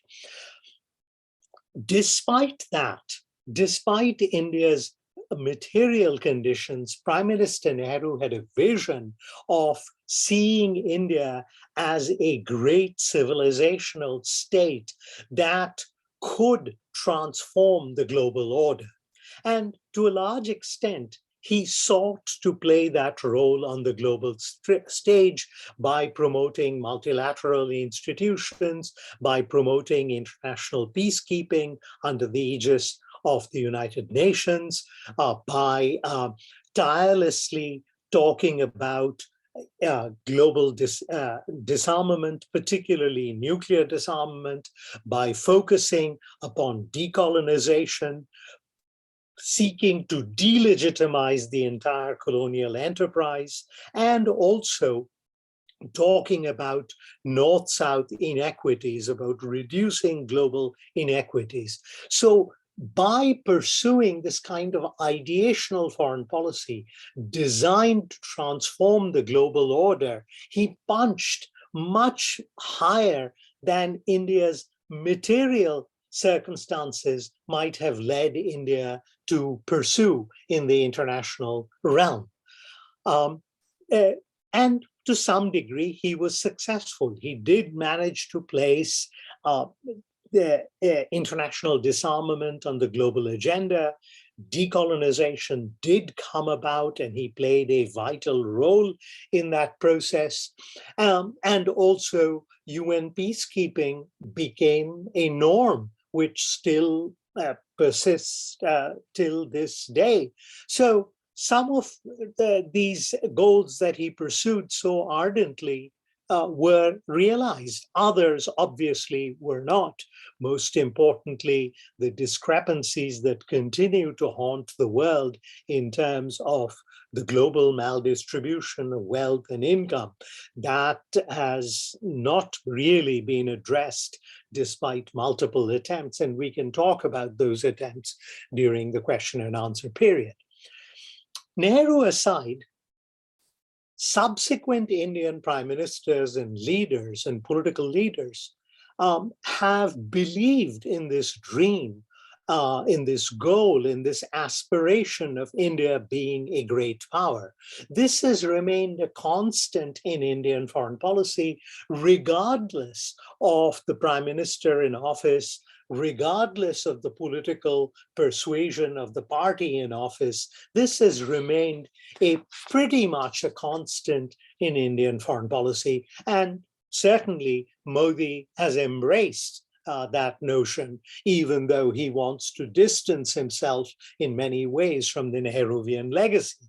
But that said, the commitment to India being a great power and a power of some consequence and a power that can influence the global order remains in Indian foreign policy. So to turn to my next section, what are the promises? On what basis can India make this claim?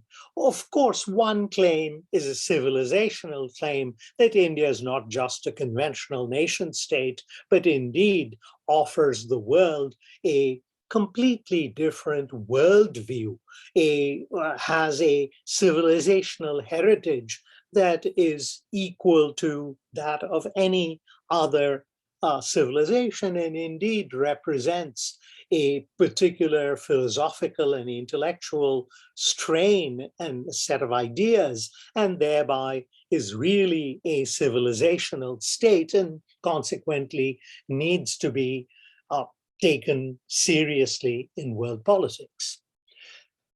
That ideational claim aside, there's a material basis to the claim of being a great power. India is the 5th largest economy in the world, close to, with a size of about $3 trillion approximately, give or take a little bit. It has also the 2nd largest military force in the world, with 1.4 million active military personnel, and with a fairly sophisticated Air Force. And of course, India since 1998 is an overt nuclear power with approximately, based upon open sources, about 150 odd nuclear weapons. India has also demonstrated, particularly since its fitful embrace of the market in 1991, following the extraordinary fiscal crisis of 1991 and the economic reforms, the liberal economic reforms that it undertook thereafter.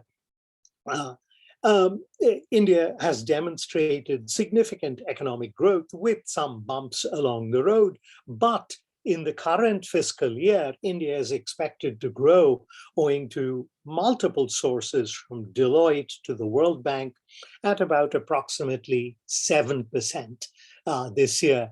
It has been lowered from a much higher figure of almost 9%, but 7% growth for a developing country is still quite respectable.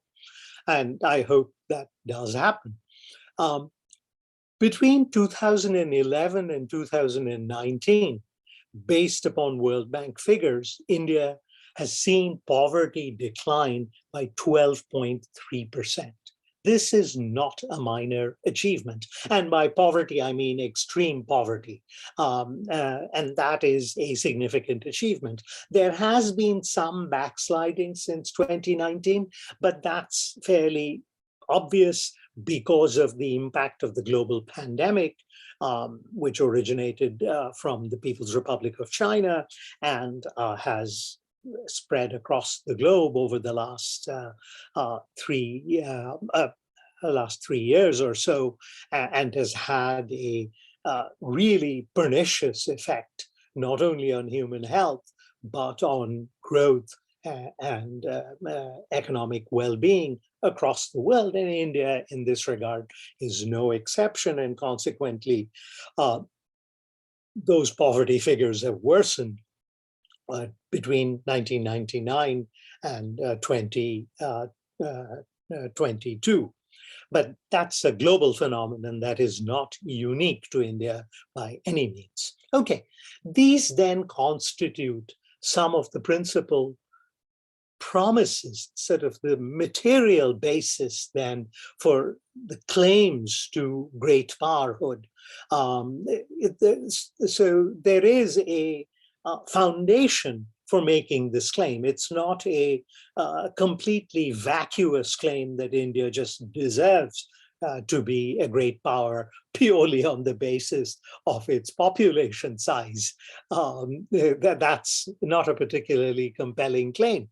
But the statistics that I have cited, from economics to the military to questions of poverty reduction, all of these suggest that India has a reasonable claim to, emerge as a potential great power. That said, there are sadly important limitations, which I will talk about in a moment. And that's the third section of my talk. According to World Bank statistics from about 2019, and those are the most current ones that we have available, 28% of the population lives below the official poverty line. That is downright distressing, given that we are approaching the 75th year of India's independence. That is not an achievement by any means. In fact, it speaks to the failures of India's public policy over decades. So it amounts to close to 364 million people who live in abject poverty. That is not a claim for being a great power when close to a third of your population still lives in grinding, degrading, abject poverty. The statistics in certain other areas are even more distressing and disturbing. After 75 years of independence, 44% of Indian children under 5 are underweight. This is a source of great sadness, and it's tragic because this blights the prospects of these children. That malnourishment will affect the quality of their lives and will stunt their growth over time. The first 5 years of life are crucial, and that malnourishment in the first 5 years will have important effects on human capital. 17% of India's urban population live in inadequate housing conditions without access to essential services. This is again untenable. This is not something that's sustainable and will probably become worse with climate change as there is increasing water stress, as there is increasing heat. If urban settlements are not improved, the quality of life for these marginalized individuals will become even worse and, in fact, frankly, intolerable. And this is a significant domestic challenge that India has to confront. Another statistic is also quite saddening and disturbing. 287 million Indians remain illiterate. And I'm not even talking about innumeracy. Innumeracy is the inability to manipulate simple numbers, but forget about innumeracy.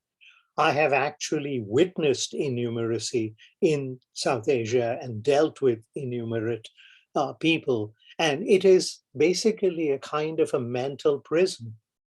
But let's leave aside innumeracy for the moment. Let's focus on literacy. If 287 million Indians are illiterate, that has a profound sandbagging effect on economic growth and the prospects of long-term economic growth. This is not a trivial challenge that the Indian state faces. And to give you some sense of comparative sense, what does it mean to have 287 million Indians who are illiterate? That means 37% of the global total.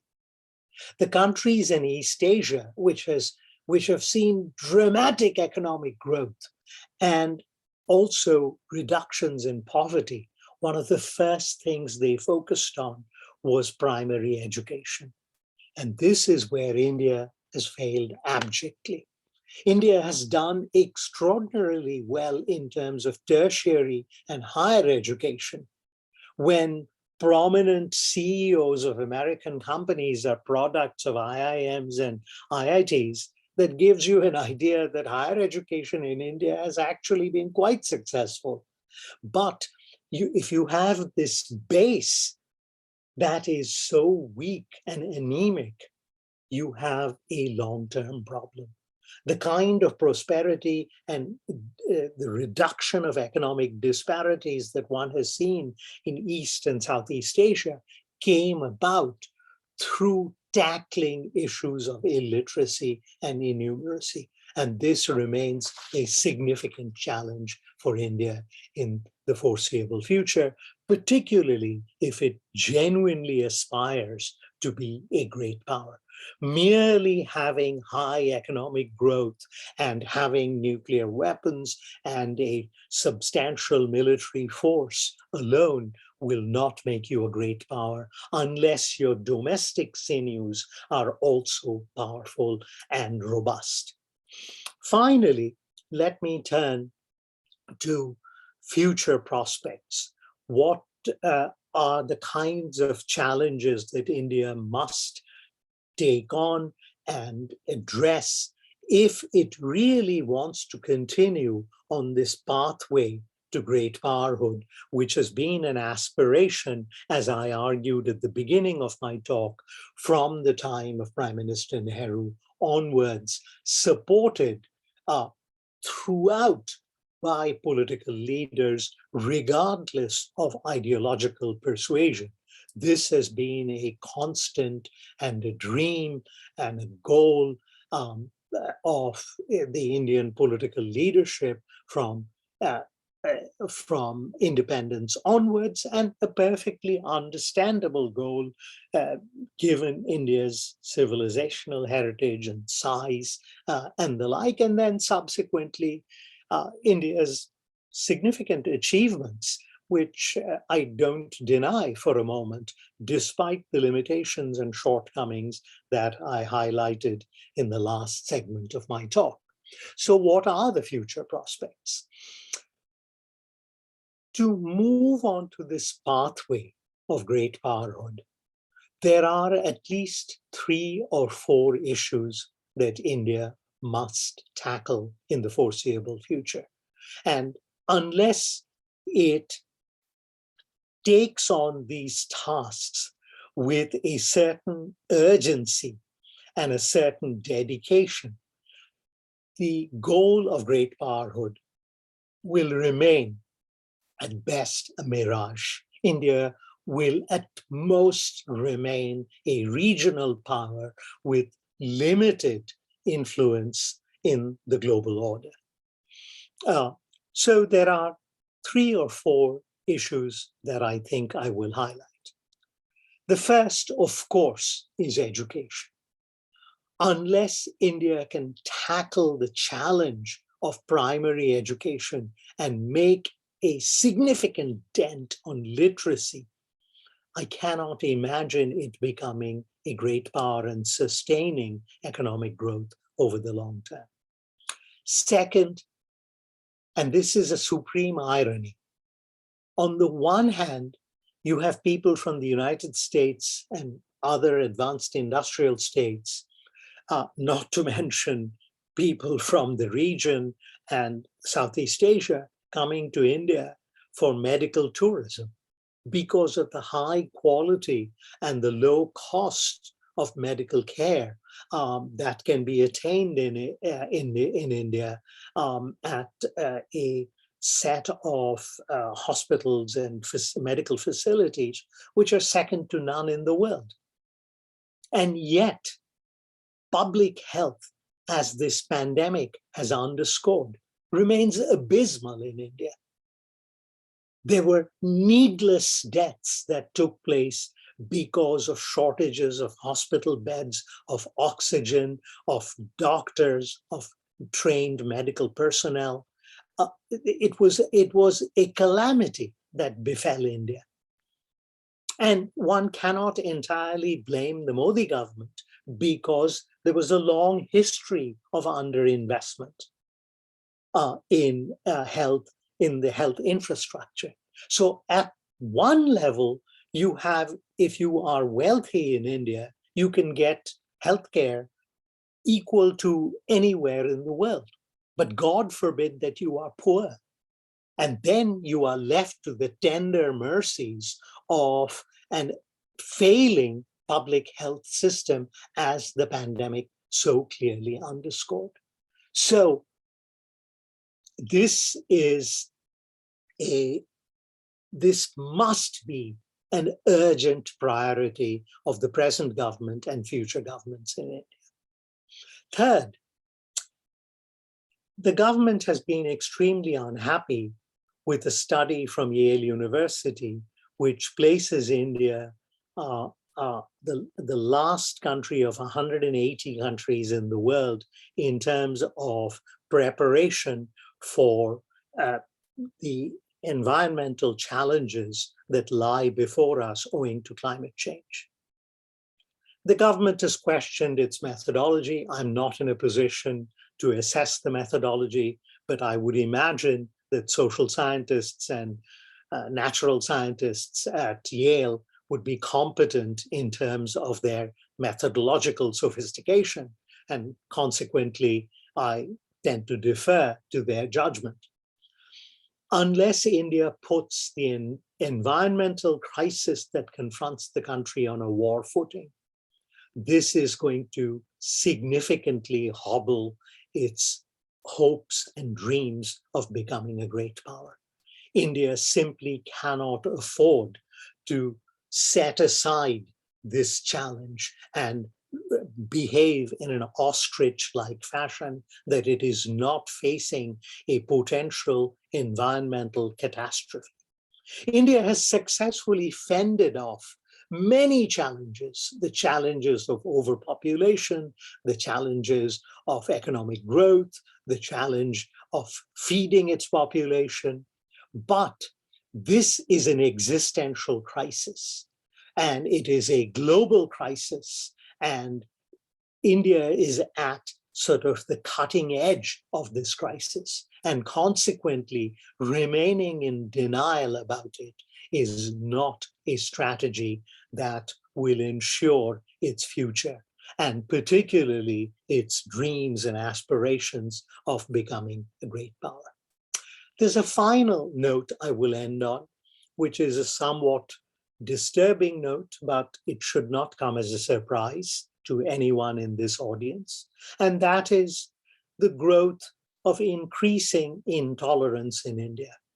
This kind of intolerance, particularly religious intolerance in India, is going to have terrible social consequences and terrible consequences for social stability. And India can ill afford, a country that is inherently plural, cannot afford to abandon its traditions of religious tolerance and religious pluralism.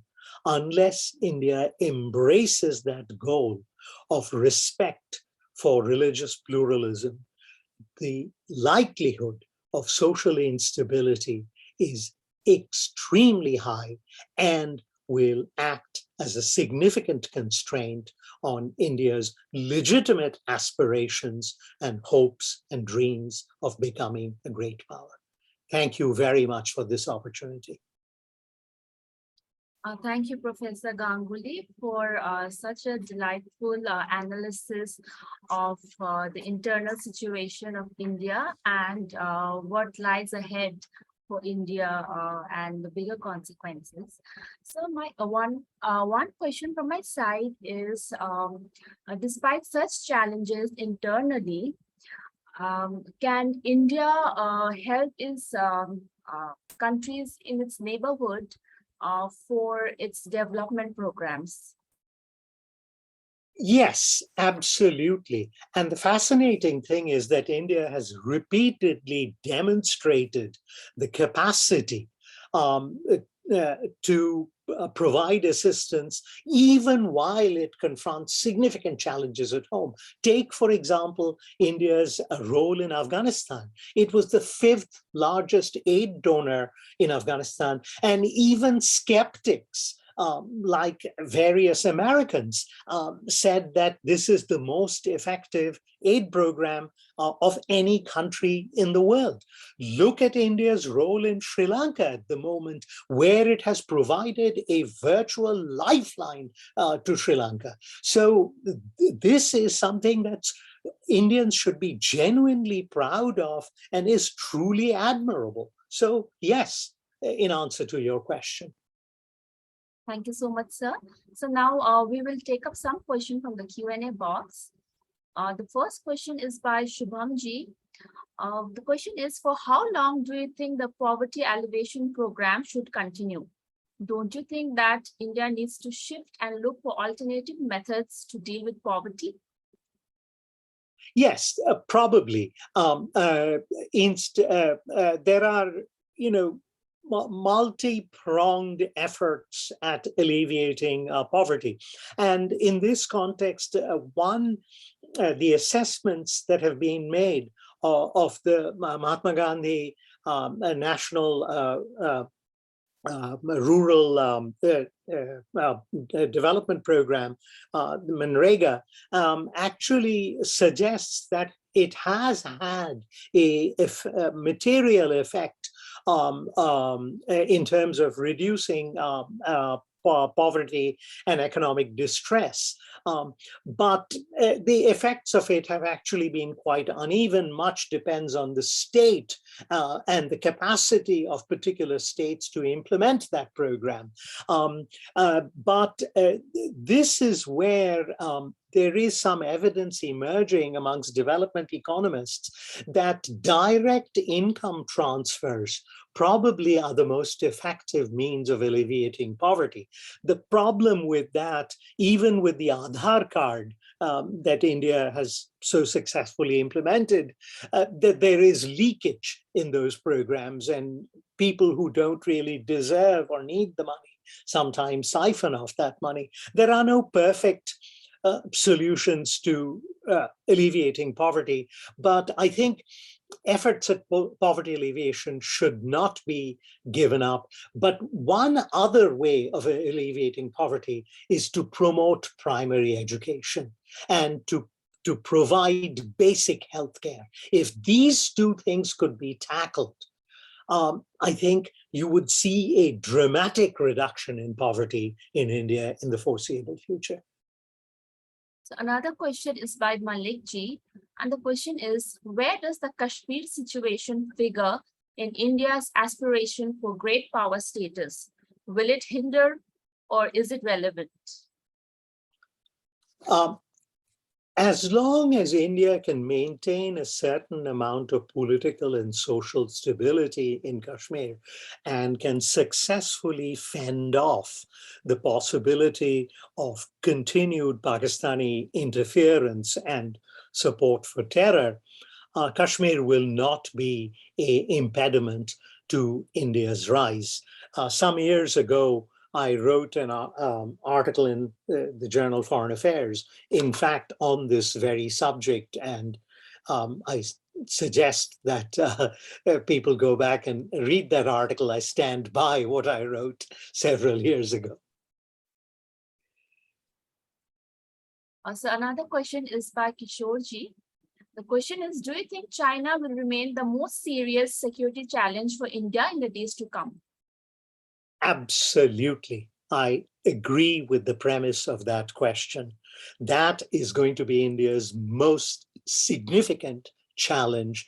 And I don't think India is quite prepared to handle that challenge at multiple levels: diplomatic, military, economic, and societal.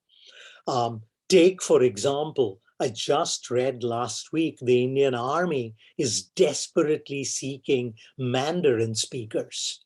The number of people who speak Chinese and can read Chinese in India can probably be confined to a small auditorium in New Delhi. This kind of human capital is something that India must invest in, a greater and an in-depth understanding of China. In the United States, I can name you any number of world-class academics who study China and Chinese foreign policy and Chinese domestic politics and who advise the US government. One does not have that pool of trained individuals in India.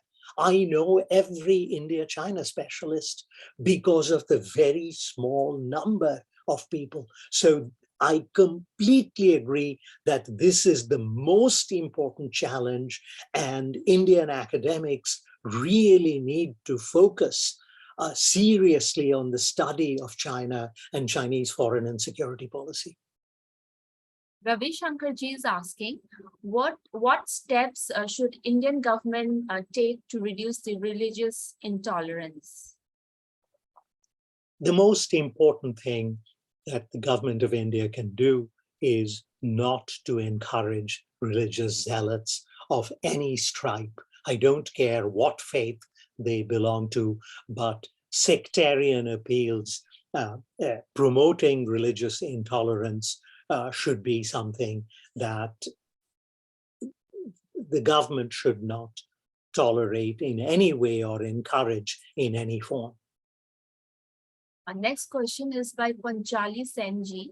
The question is, what positive role do you suggest for the Indian civil society in dealing with the increasing social inequality in the country?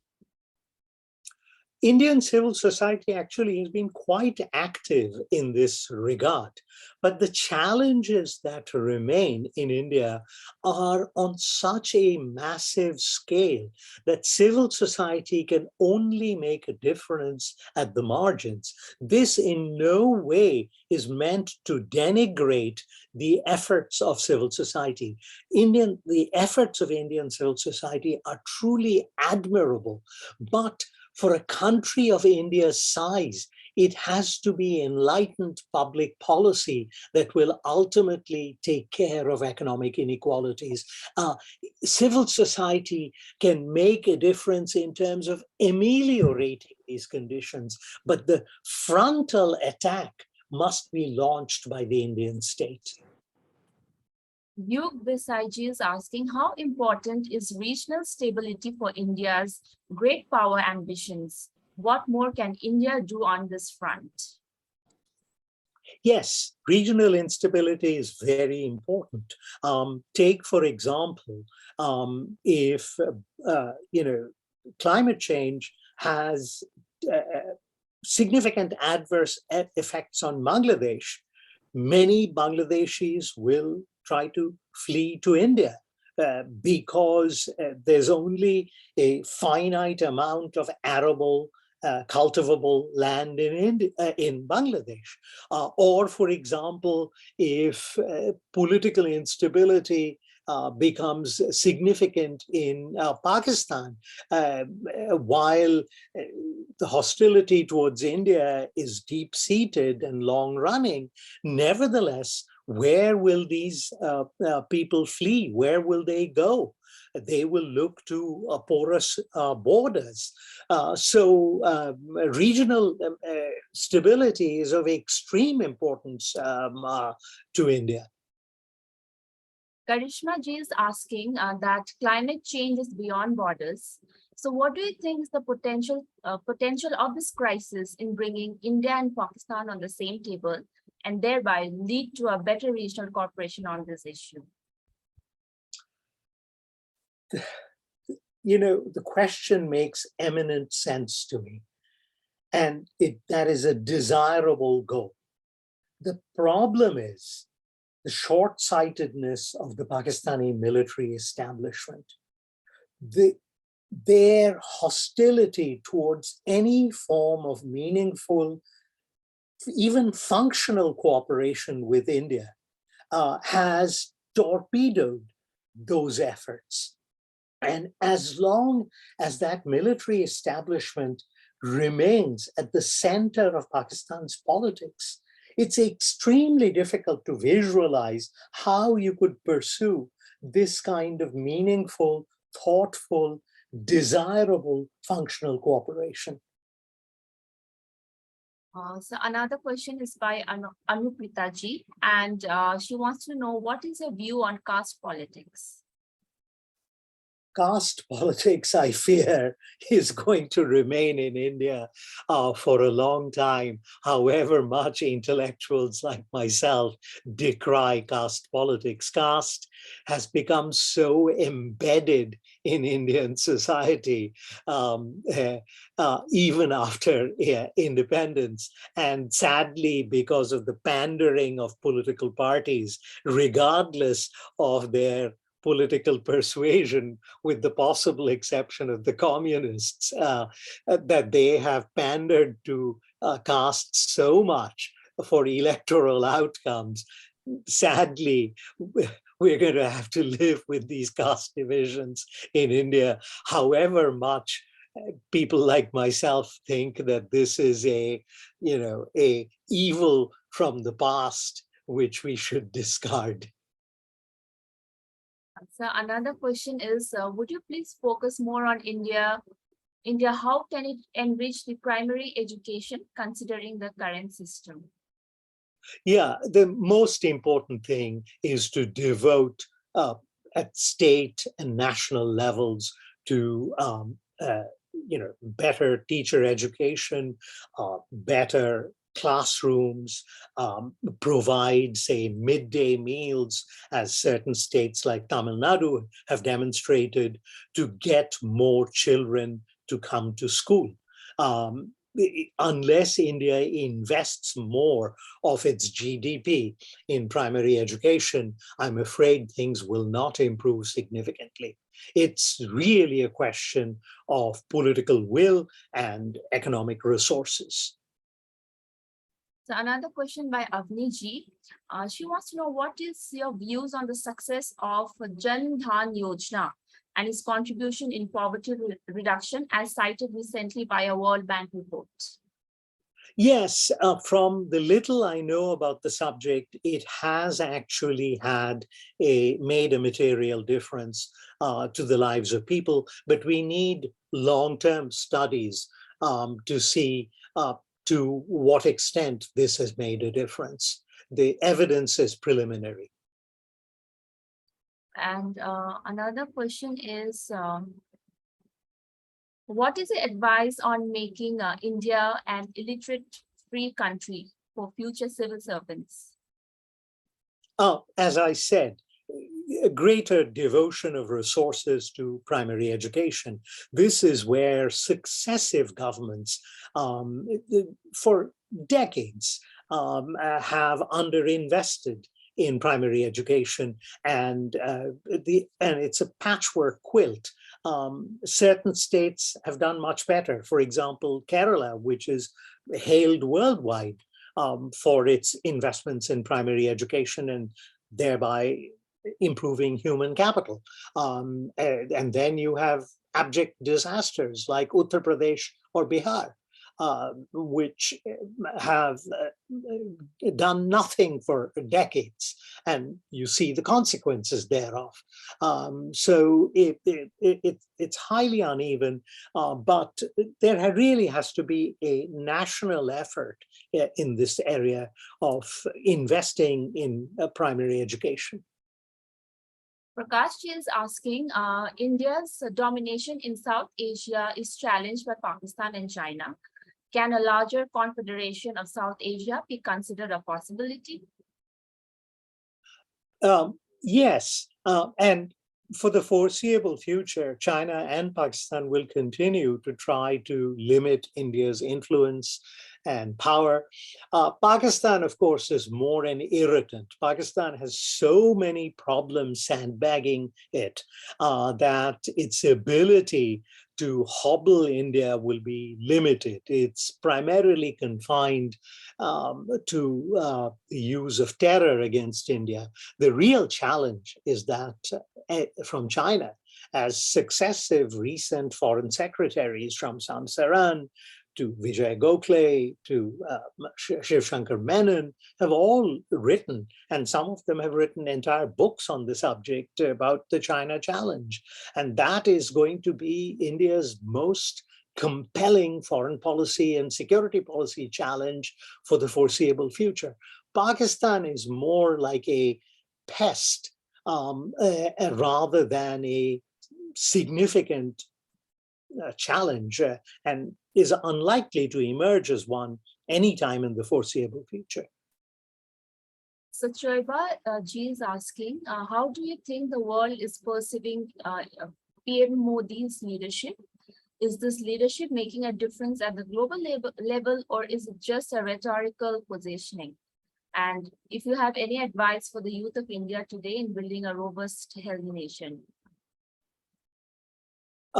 Assessments of Modi are uneven. There are some leaders who obviously think highly of him. Others have more critical views of him, and others have a more measured view of him. So it varies. It's difficult to make a generalization about Modi's leadership. And beyond Modi's leadership, most people who focus on India, most global leaders who focus on India really are focused more not just on the current leadership, but on India's long-term potential. Another question, sir, by Prakharji. So how can India better use its demographic dividend given the employment opportunities to emerge as a great power? That's a critical question.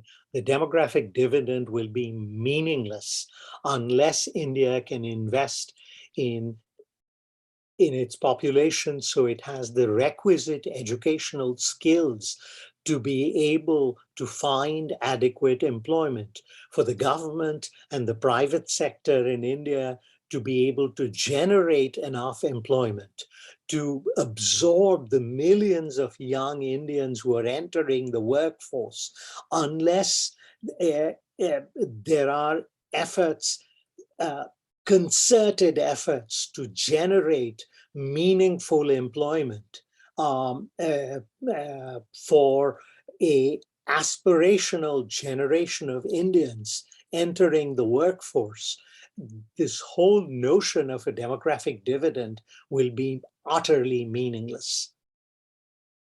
Tejas PG is asking, what is the potential threat to India, especially with the extremism emanating from Afghanistan, and how will it affect the trade routes to Middle East and further? India does not have significant trade routes into the Middle East through Afghanistan for obvious reasons, because Afghanistan has been plagued by political instability for such a long period of time, and with and prior to that, a hostile government with the first incarnation of the Taliban. And then, of course, prior to that, the Soviet invasion and occupation of Afghanistan. Most of India's trade is conducted through the Arabian Sea into the Persian Gulf. primarily through sea routes.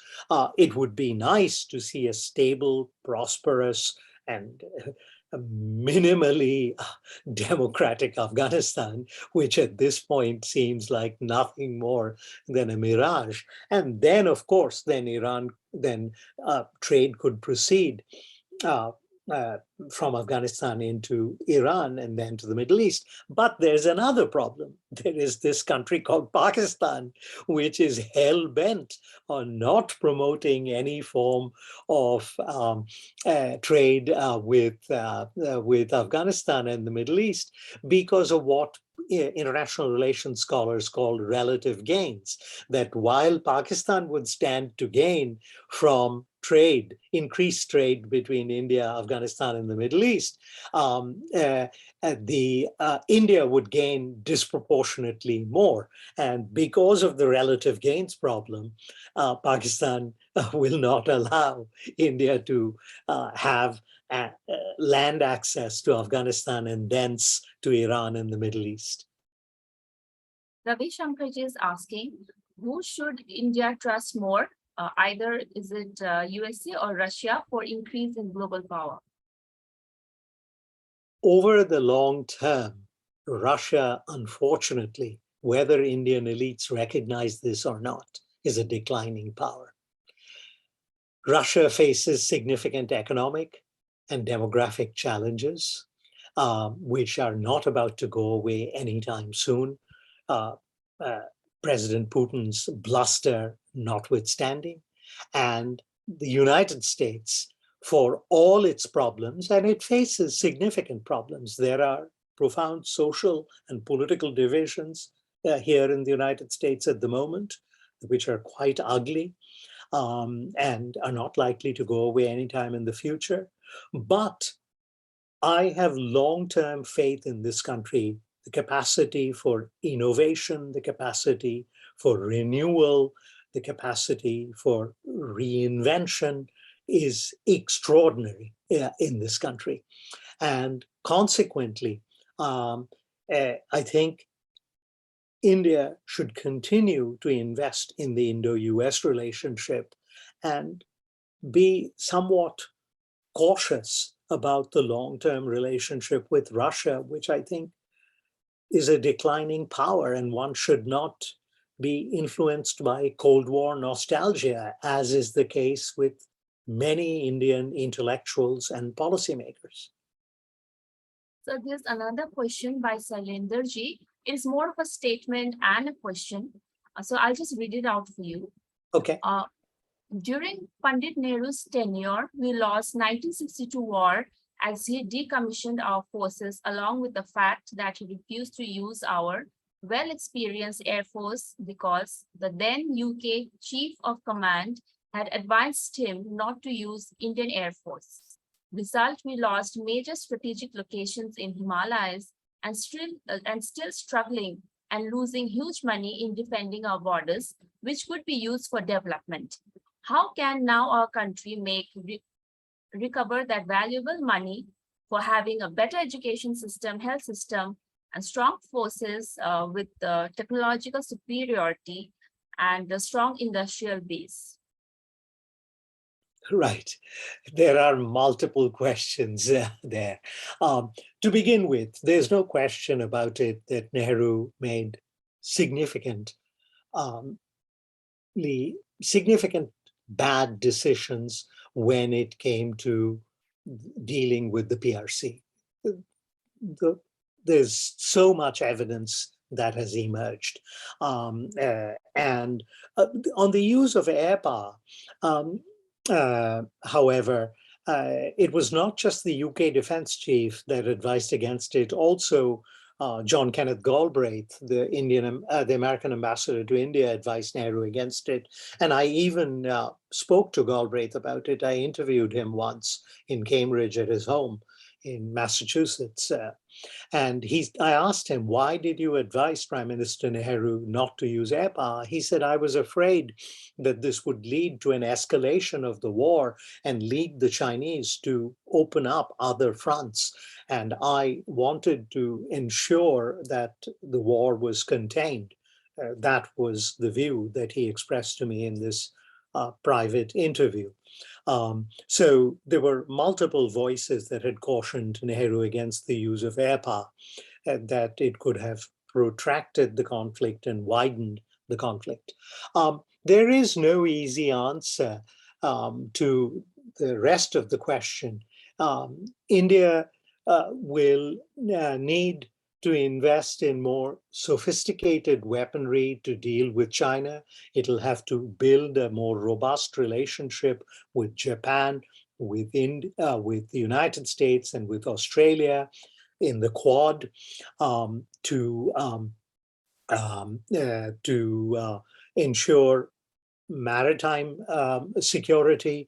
It'll need to work on intelligence cooperation with the United States, which the US did provide during the Galwan Valley crisis. That's available in the that information is available in the public domain. India will have to improve the quality of its defense industrial base, greater accountability of the defense labs in India, which have not been that efficient or productive. These are important changes that India will have to bring about because the challenge from China is not going away. Another question by Faraji. The question is, you talked about political will and economic resources with regard to implementation of policies and programs for poverty reduction and employment generation. And in the case of MGNREGA, which is the biggest social security employment guarantee scheme in the world, we have seen continuous budget cuts and lack of political will in this implementation and its administration. Do you think by doing this, India is circumcising its own capacity for employment generation and poverty reduction? Yes, the budget cuts are a mistake, and I think they're short-sighted. And they, while the MNREGA is not a universal panacea for poverty reduction, it is nevertheless a useful enterprise, and diminishing its capacity, I think, is a big mistake. So another question is, can Israel help us to counter China? Only in so far that it can provide India certain forms of high technology weaponry. It can provide India certain forms of radar technology. Israel has a highly developed defense industrial base, and India, quite understandably, has been cooperating with Israel in bolstering that that relationship. My former student, Nicholas Blerel, who's now a professor at the University of Leiden in the Netherlands, has written with considerable authority on the growth of the Indo-Israeli relationship and its evolution. So probably this is the last question from Shubhamji.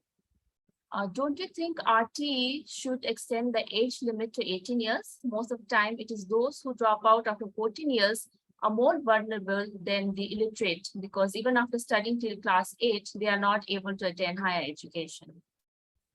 Yes, absolutely. That proposition makes perfect sense to me. So one more question just came in. Okay. I'll just read it out to you. Niluji is asking, prospects of India finding more support from other nations in comparison to USA. What do you feel about India and Iran taking an independent stand in today's context? Let's leave aside Iran, because that's a completely different subject, and I'm hardly an authority on Iran and Iranian foreign policy. Look, this whole obsession with independence in Indian foreign policy remains or has been resurrected. But I'd like to remind this audience that it's a bit dishonest, because between 1971 and 1989, Indian foreign policy was not independent. It was heavily dependent on the Soviet Union. It was a period of strategic dependence, and it significantly constrained India's foreign policy choices. And I have written about this in my little Oxford introduction to Oxford short introduction to Indian foreign policy. It's something we Indians don't like to talk about, but this insistence on strategic autonomy is a novelty. It did not always exist. It was significantly constrained and hobbled for a significant period of time. And Indians need to be more honest and not engage in this form of historical amnesia. Having a robust relationship with the United States does not mean abandoning any hope of making independent decisions in India's foreign policy. I think that's it's a silly opposition. Sir, we have one question from the panelists. Dr. Simi Mehta wants to ask a question to you. Okay. Go Good ahead. evening. Good evening, sir. It is such a pleasure and such an honor for us to have you and a brilliant analysis. And it has been quite some time that I had got in touch with you when I was at the Ohio State to request you for an interview, and you had invited me to Indiana. So thank you so much, sir. So my question is about the UN Security Council reforms and India's presence as a permanent member. So as the situation is, we see no signs of India's inclusion having a veto power.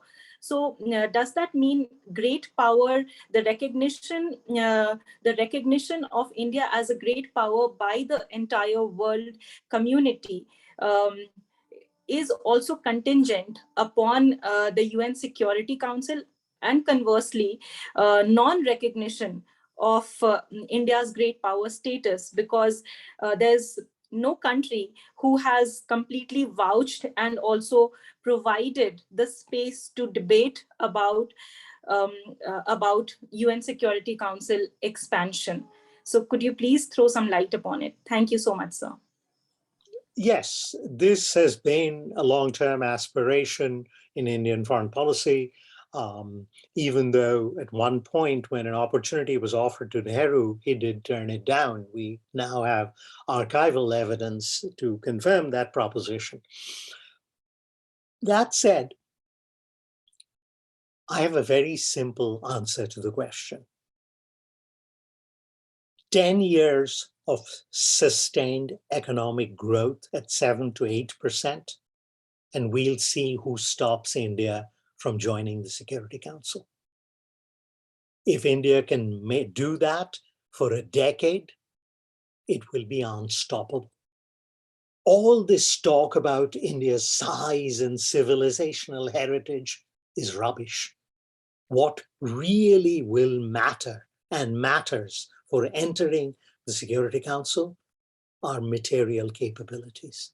And you give me 10 years of sustained economic growth at 7 to 8%, and we'll see which country stops India from entering the Security Council. That's my straightforward answer and proposition. Thank you so much, sir. Thank you. Absolutely. Thank you, Dr. Simi Mehta. Sir, there's one last question. Indranilji wants to know, how do you see India at 100? What should be India's top 3 aspirations in the next quarter in the domain of foreign policy? I missed the first part of the question, and my apologies. That's okay, sir. I'll repeat it. How do you see India at 100 years? And what should be India's top 3 aspirations in the next quarter in the domain of foreign policy? Right. The most important thing for the next 25 years for India is to put its domestic house in order, to ensure the health and well-being of its population, to do that, to promote economic growth and reduce economic inequalities, and to provide a basis for social stability. If it can do those three things, I will die a happy man. Because I don't think I'm going to last 25 years at this stage. But if those three things can be done, and if I see India on a pathway on those three axes, I will die a happy man. Thank you, sir, so much. And we wish that you will live another 25 to 30 years to see India do great things and be a great power. So with that, we come to an end for the question and answer round. And if you have any concluding remarks, you can just wrap it up in few words. No, I just wanted to thank Dr. Kumar for organizing this symposium. I hope that my remarks, particularly my prepared remarks, have been of some use to the group. And I wish all of you well, particularly those of you who are interested in questions of foreign and security policy. And if I can be of any assistance, my email is available on the web. Write to me and I will see what I can do. But once again, I am delighted to see so many young people interested in the study of Indian foreign policy and India's international relations. This really gives me hope for the future, because when I started my studies in political science and international relations, most people thought that I was a complete idiot and a failure at other endeavors like medicine or law or engineering, and which is why I was studying international politics. Well, today I think those people have been proven wrong.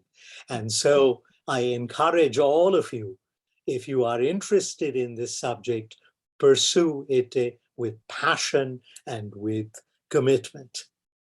Thank you so much, sir. We look forward to learn from you more in the coming future, and we're so privileged to have you for our training course. And despite it must be really early morning out there, we are really grateful that you took out time and help our participants to learn a great deal about foreign policy and the intricacies involved in it. Thank you so much for being with us. My pleasure. Thank you. So now we come and end to our 3-day training course. And with our 3 sessions, I hope all of our participants learned a great deal on the topic of India's foreign policy. Now I will move on to the formal vote of thanks. As we come to end of our 3-day online immersive certificate training course on emerging dimensions of India's foreign policy and global politics, I, Saurabhi Khimire, researcher at IMPRI, Impact and Policy Research Institute, would like to propose a formal vote of thanks on behalf of the Center for International Relations and Strategic Studies, IMPRI. For the certificates, we'll be sharing a feedback form for you to provide the details for the certificates and obtaining your feedbacks and suggestions. Please mention your name correctly for the purpose of handing out the participation certificates. We are grateful to our distinguished set of experts for imparting knowledge to us and presenting us with great insights on the theme of emerging dimensions of India's foreign policy and global politics. The IMPRI is thankful to Dr. Soumita Basu, Nandita Barua, Professor Sanjay Chaturvedi, Professor Shubhashish Chatterjee, Ambassador Shashank, Ravinder M. Sachdev, Don McLean Gill, Professor Srikanth Kondapalli, Tridivesh Singh Maini, Dr. Parama Sinhapalit, and Professor Sumit Ganguly. We thank all of our participants for making this training course a huge success, and who have raised pertinent questions in this 3-day online training with with their proactive participation. Thanks to the organizing team, IMPRI, for conducting the whole session in a smooth manner. We are thankful if you are watching now or later on YouTube or listening us on our podcast or reading our publications. Wishing you a good evening and thank you.